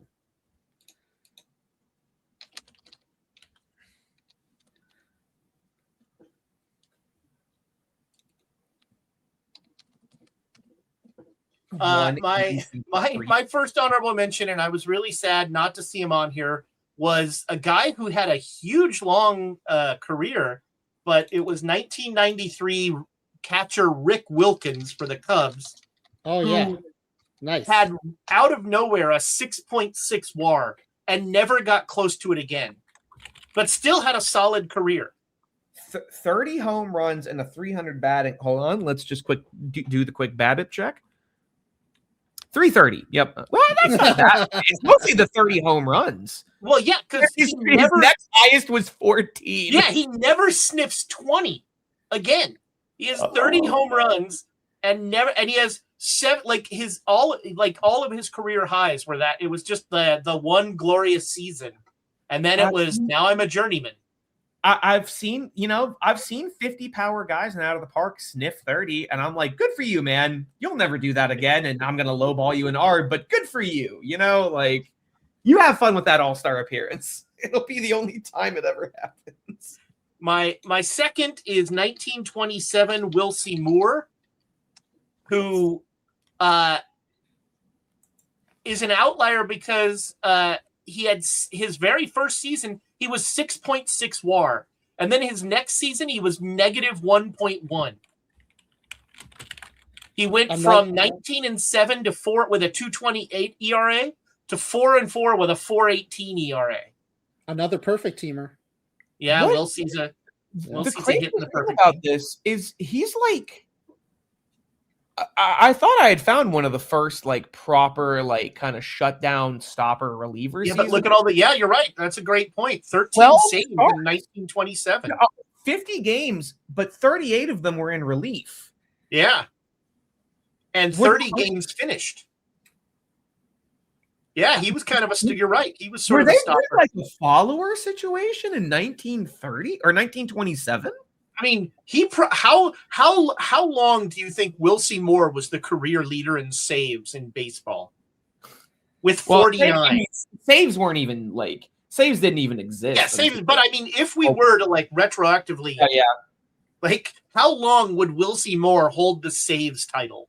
I need to look at these boxes. Back then, like people think they were running 3-man rotations, but they're really running like 3.5-man rotations. And then so a guy like Wilcie Moore would pitch in relief the week. 213 innings, 50 games. So he's averaging 4 1/3 basically.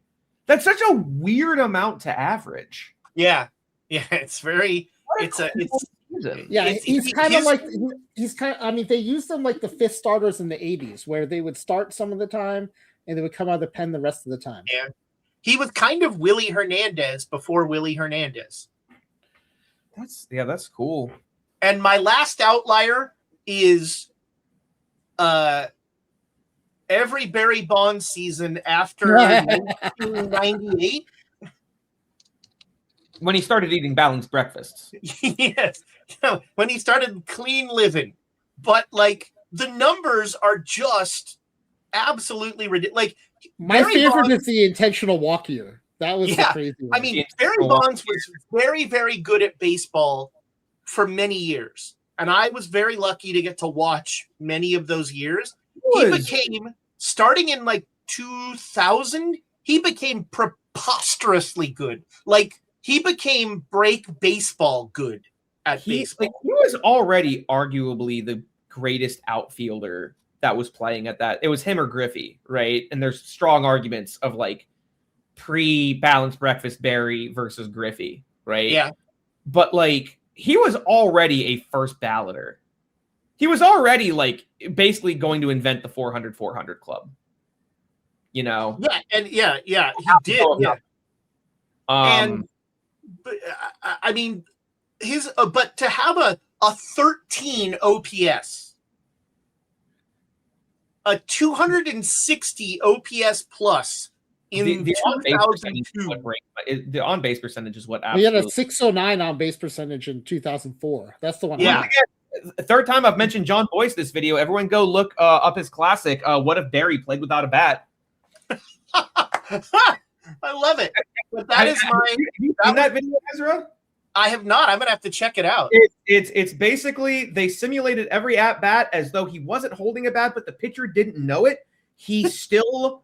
Well, I won't spoil it, but it's a terrific video. It's not the most mathematically sound, but like for a ridiculous premise, they take it as seriously. Yeah.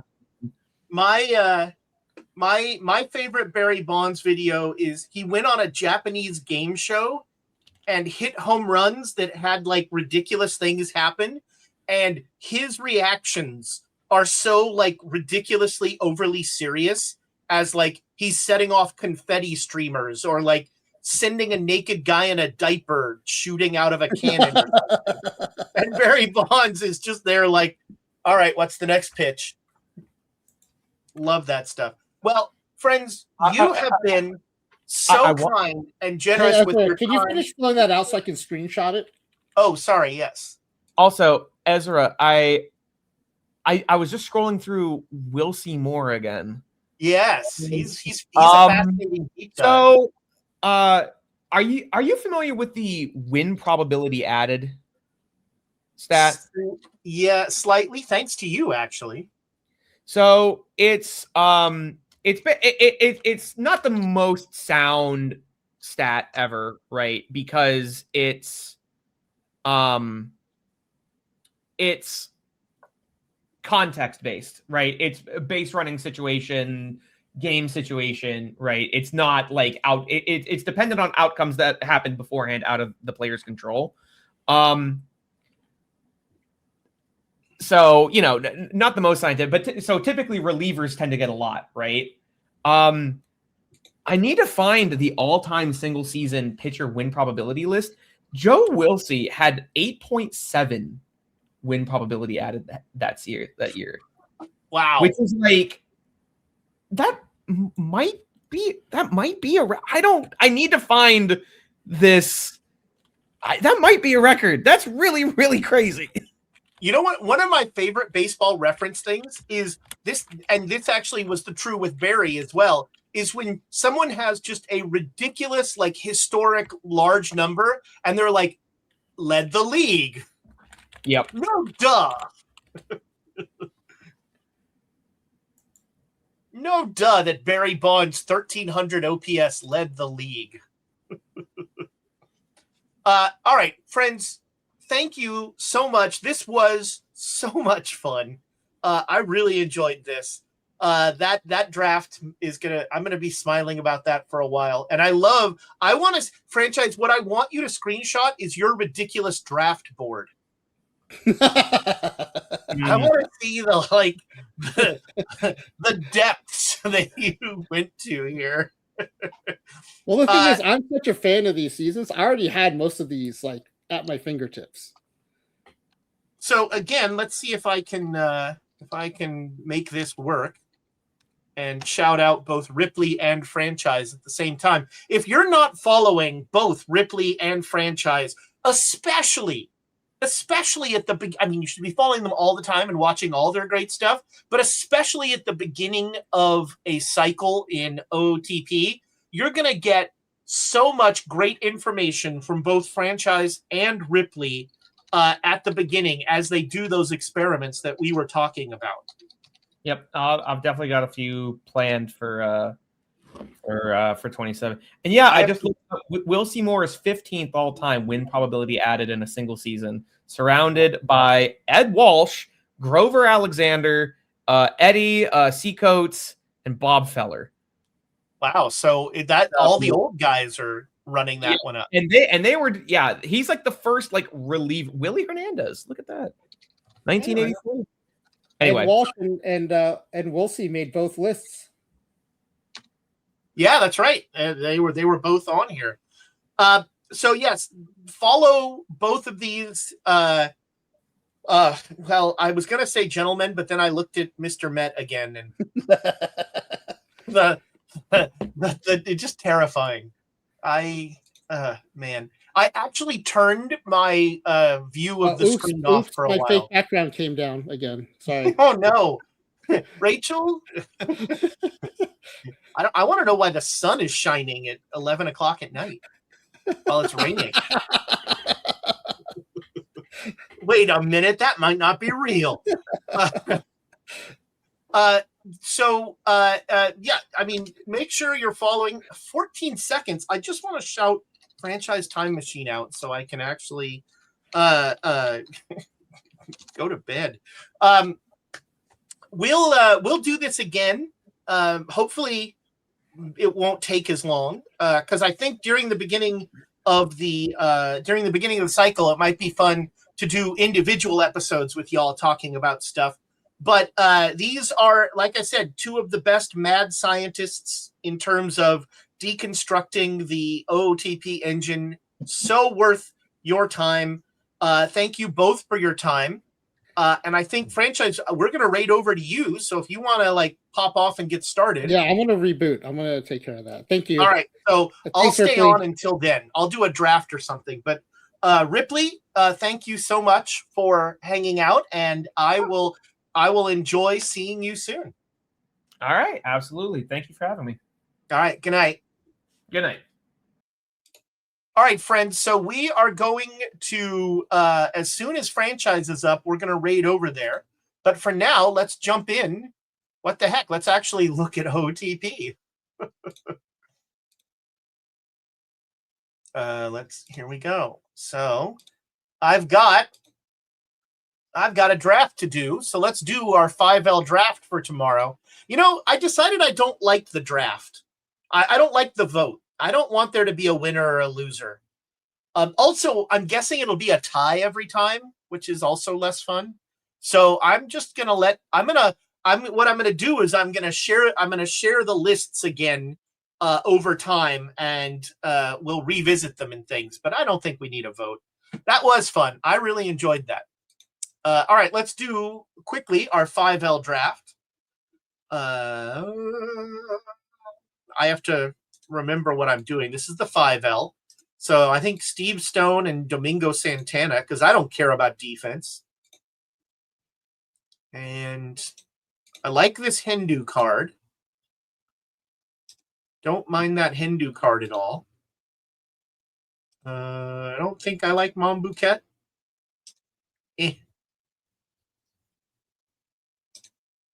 Wow, it's once again raining quite well out there. Willie Upshaw, Bill Scherr is a fine 5L pitcher. I'm still surprised about Ripley's findings on stamina. That was really interesting to me, and it makes me want to test some things and push some things because in the base game, I have not. I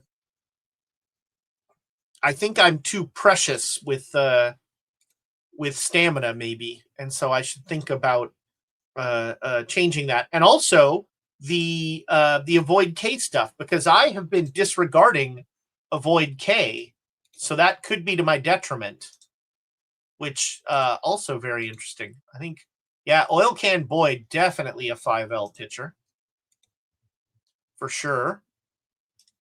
But really appreciate Franchise and Ripley being so generous with their time and hanging out late.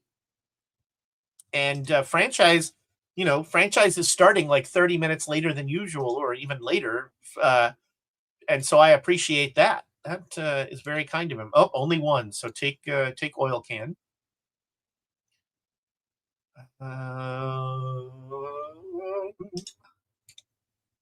Barrett's okay for the 5L.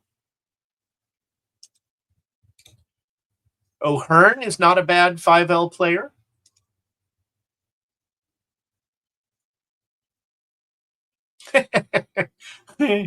I think I'm just my problem is I don't my approach to the game doesn't evolve. I don't think I'm early on. I'm like, oh, I think this works, so I'm going to keep hammering this, and it works a little, and then I'm like, okay, I'll keep doing that, and then it stops working. So I need to examine that and perhaps shift how I do things there.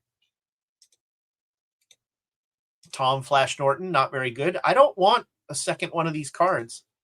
I guess it's either Barrett or Alvarez. Alvarez is ground ball.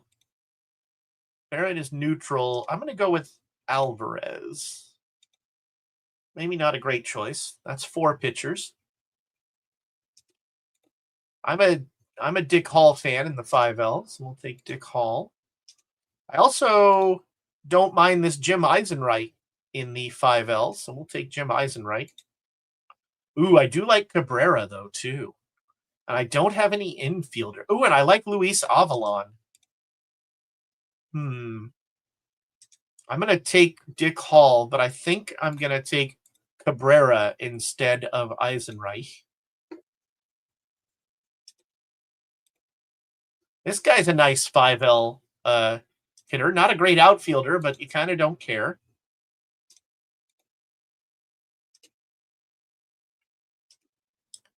Three Finger is okay. Bob Nepper is not okay. Robbie Erlin is only okay for A-dub. God, I'm gonna have like a creepy dream about Mr. Met now. I'm gonna be like, Mr. Met's teeth are gonna be haunting me in my sleep. There's a sentence that I guarantee you no one has ever said before.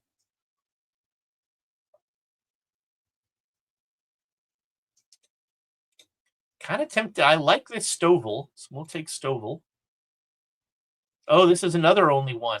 Do I like Stovall more than I like Bartolo? I think I like Bartolo more.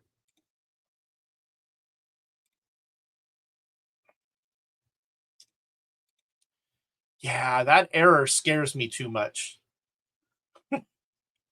I'd never heard the term frogging before. That was a new one for me. Rachel and I will. Hey, wait a minute. We got to take Wilsey now, right? We got to take Wilsey more. After all that, we got to take Wilsey.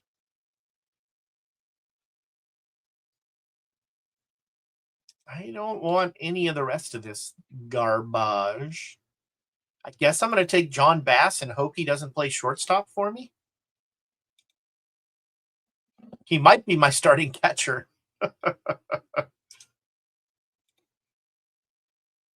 Archie Vaughn is a great 5L player.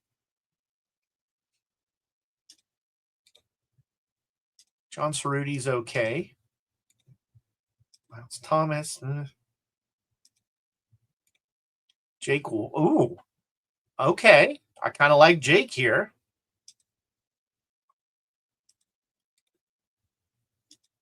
Hasn't paid for. I'll be. Oh, it's only one. Ooh.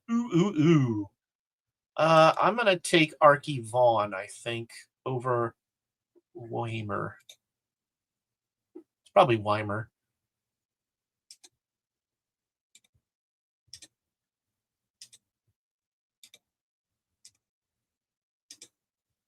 Dave Freisleben.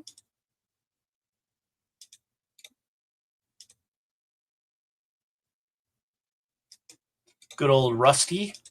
Very good versus lefties.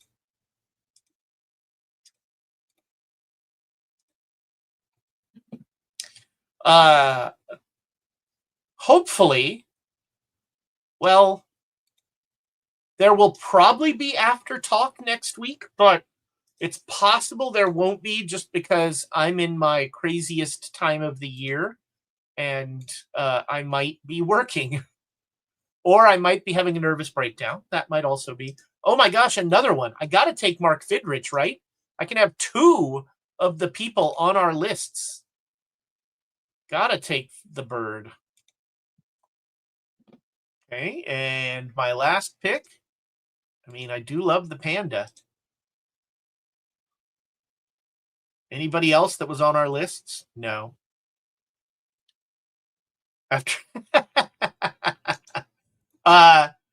really it will be more about how much work I've got done and what is still laying before me.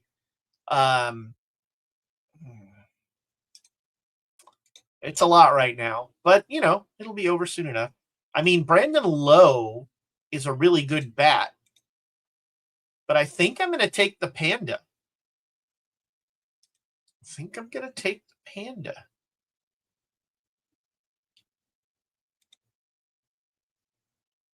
Unless is Gillenwater, like, I mean, he's not bad. Who's my center fielder right now? Hindu, probably. Yeah, okay, we'll take the panda. There we go. All right. Let's set this up. Okay. Pitching. 3-man. Anybody not hitting that should be? What is John Bass? Yeah, John Bass is our starting shortstop. I don't love it. But he's a good hitter. I should make him my starting catcher.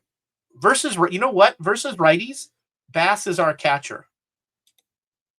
Who else can play shortstop? And Archie Vaughn will play shortstop. Can you hit versus righties, Archie? Boy, howdy, can you? We'll test that avoid K thing. In fact, let's do this. Bam. Okay. I like it. All right, there we go. Let's see. Let's raid over to franchise. Thank you so much for spending your evening with me. I really appreciate it. That was a very fun episode. And we will head over to Franchise Time Machine and see what sort of looks like Nerd of Anarchy might be playing, create a roster, depending on how tired everybody is. All right. We'll raid over to franchise, hang around, watch franchise, and give him a follow if you're not already following him. Consider subscribing. You'll see when we get over there, I'm a subscriber. All right. See ya. Goodbye, internet friends.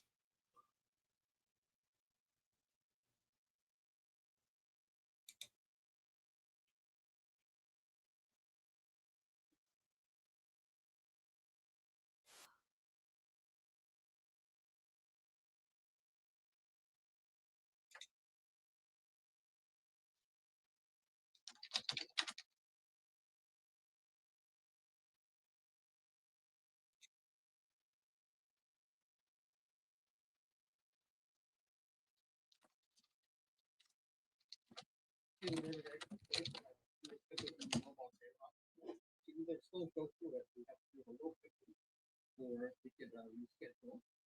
Right? For the shape, I'll probably just do some roster building drafts, spin the wheel, make factors. But I won't provide it one. And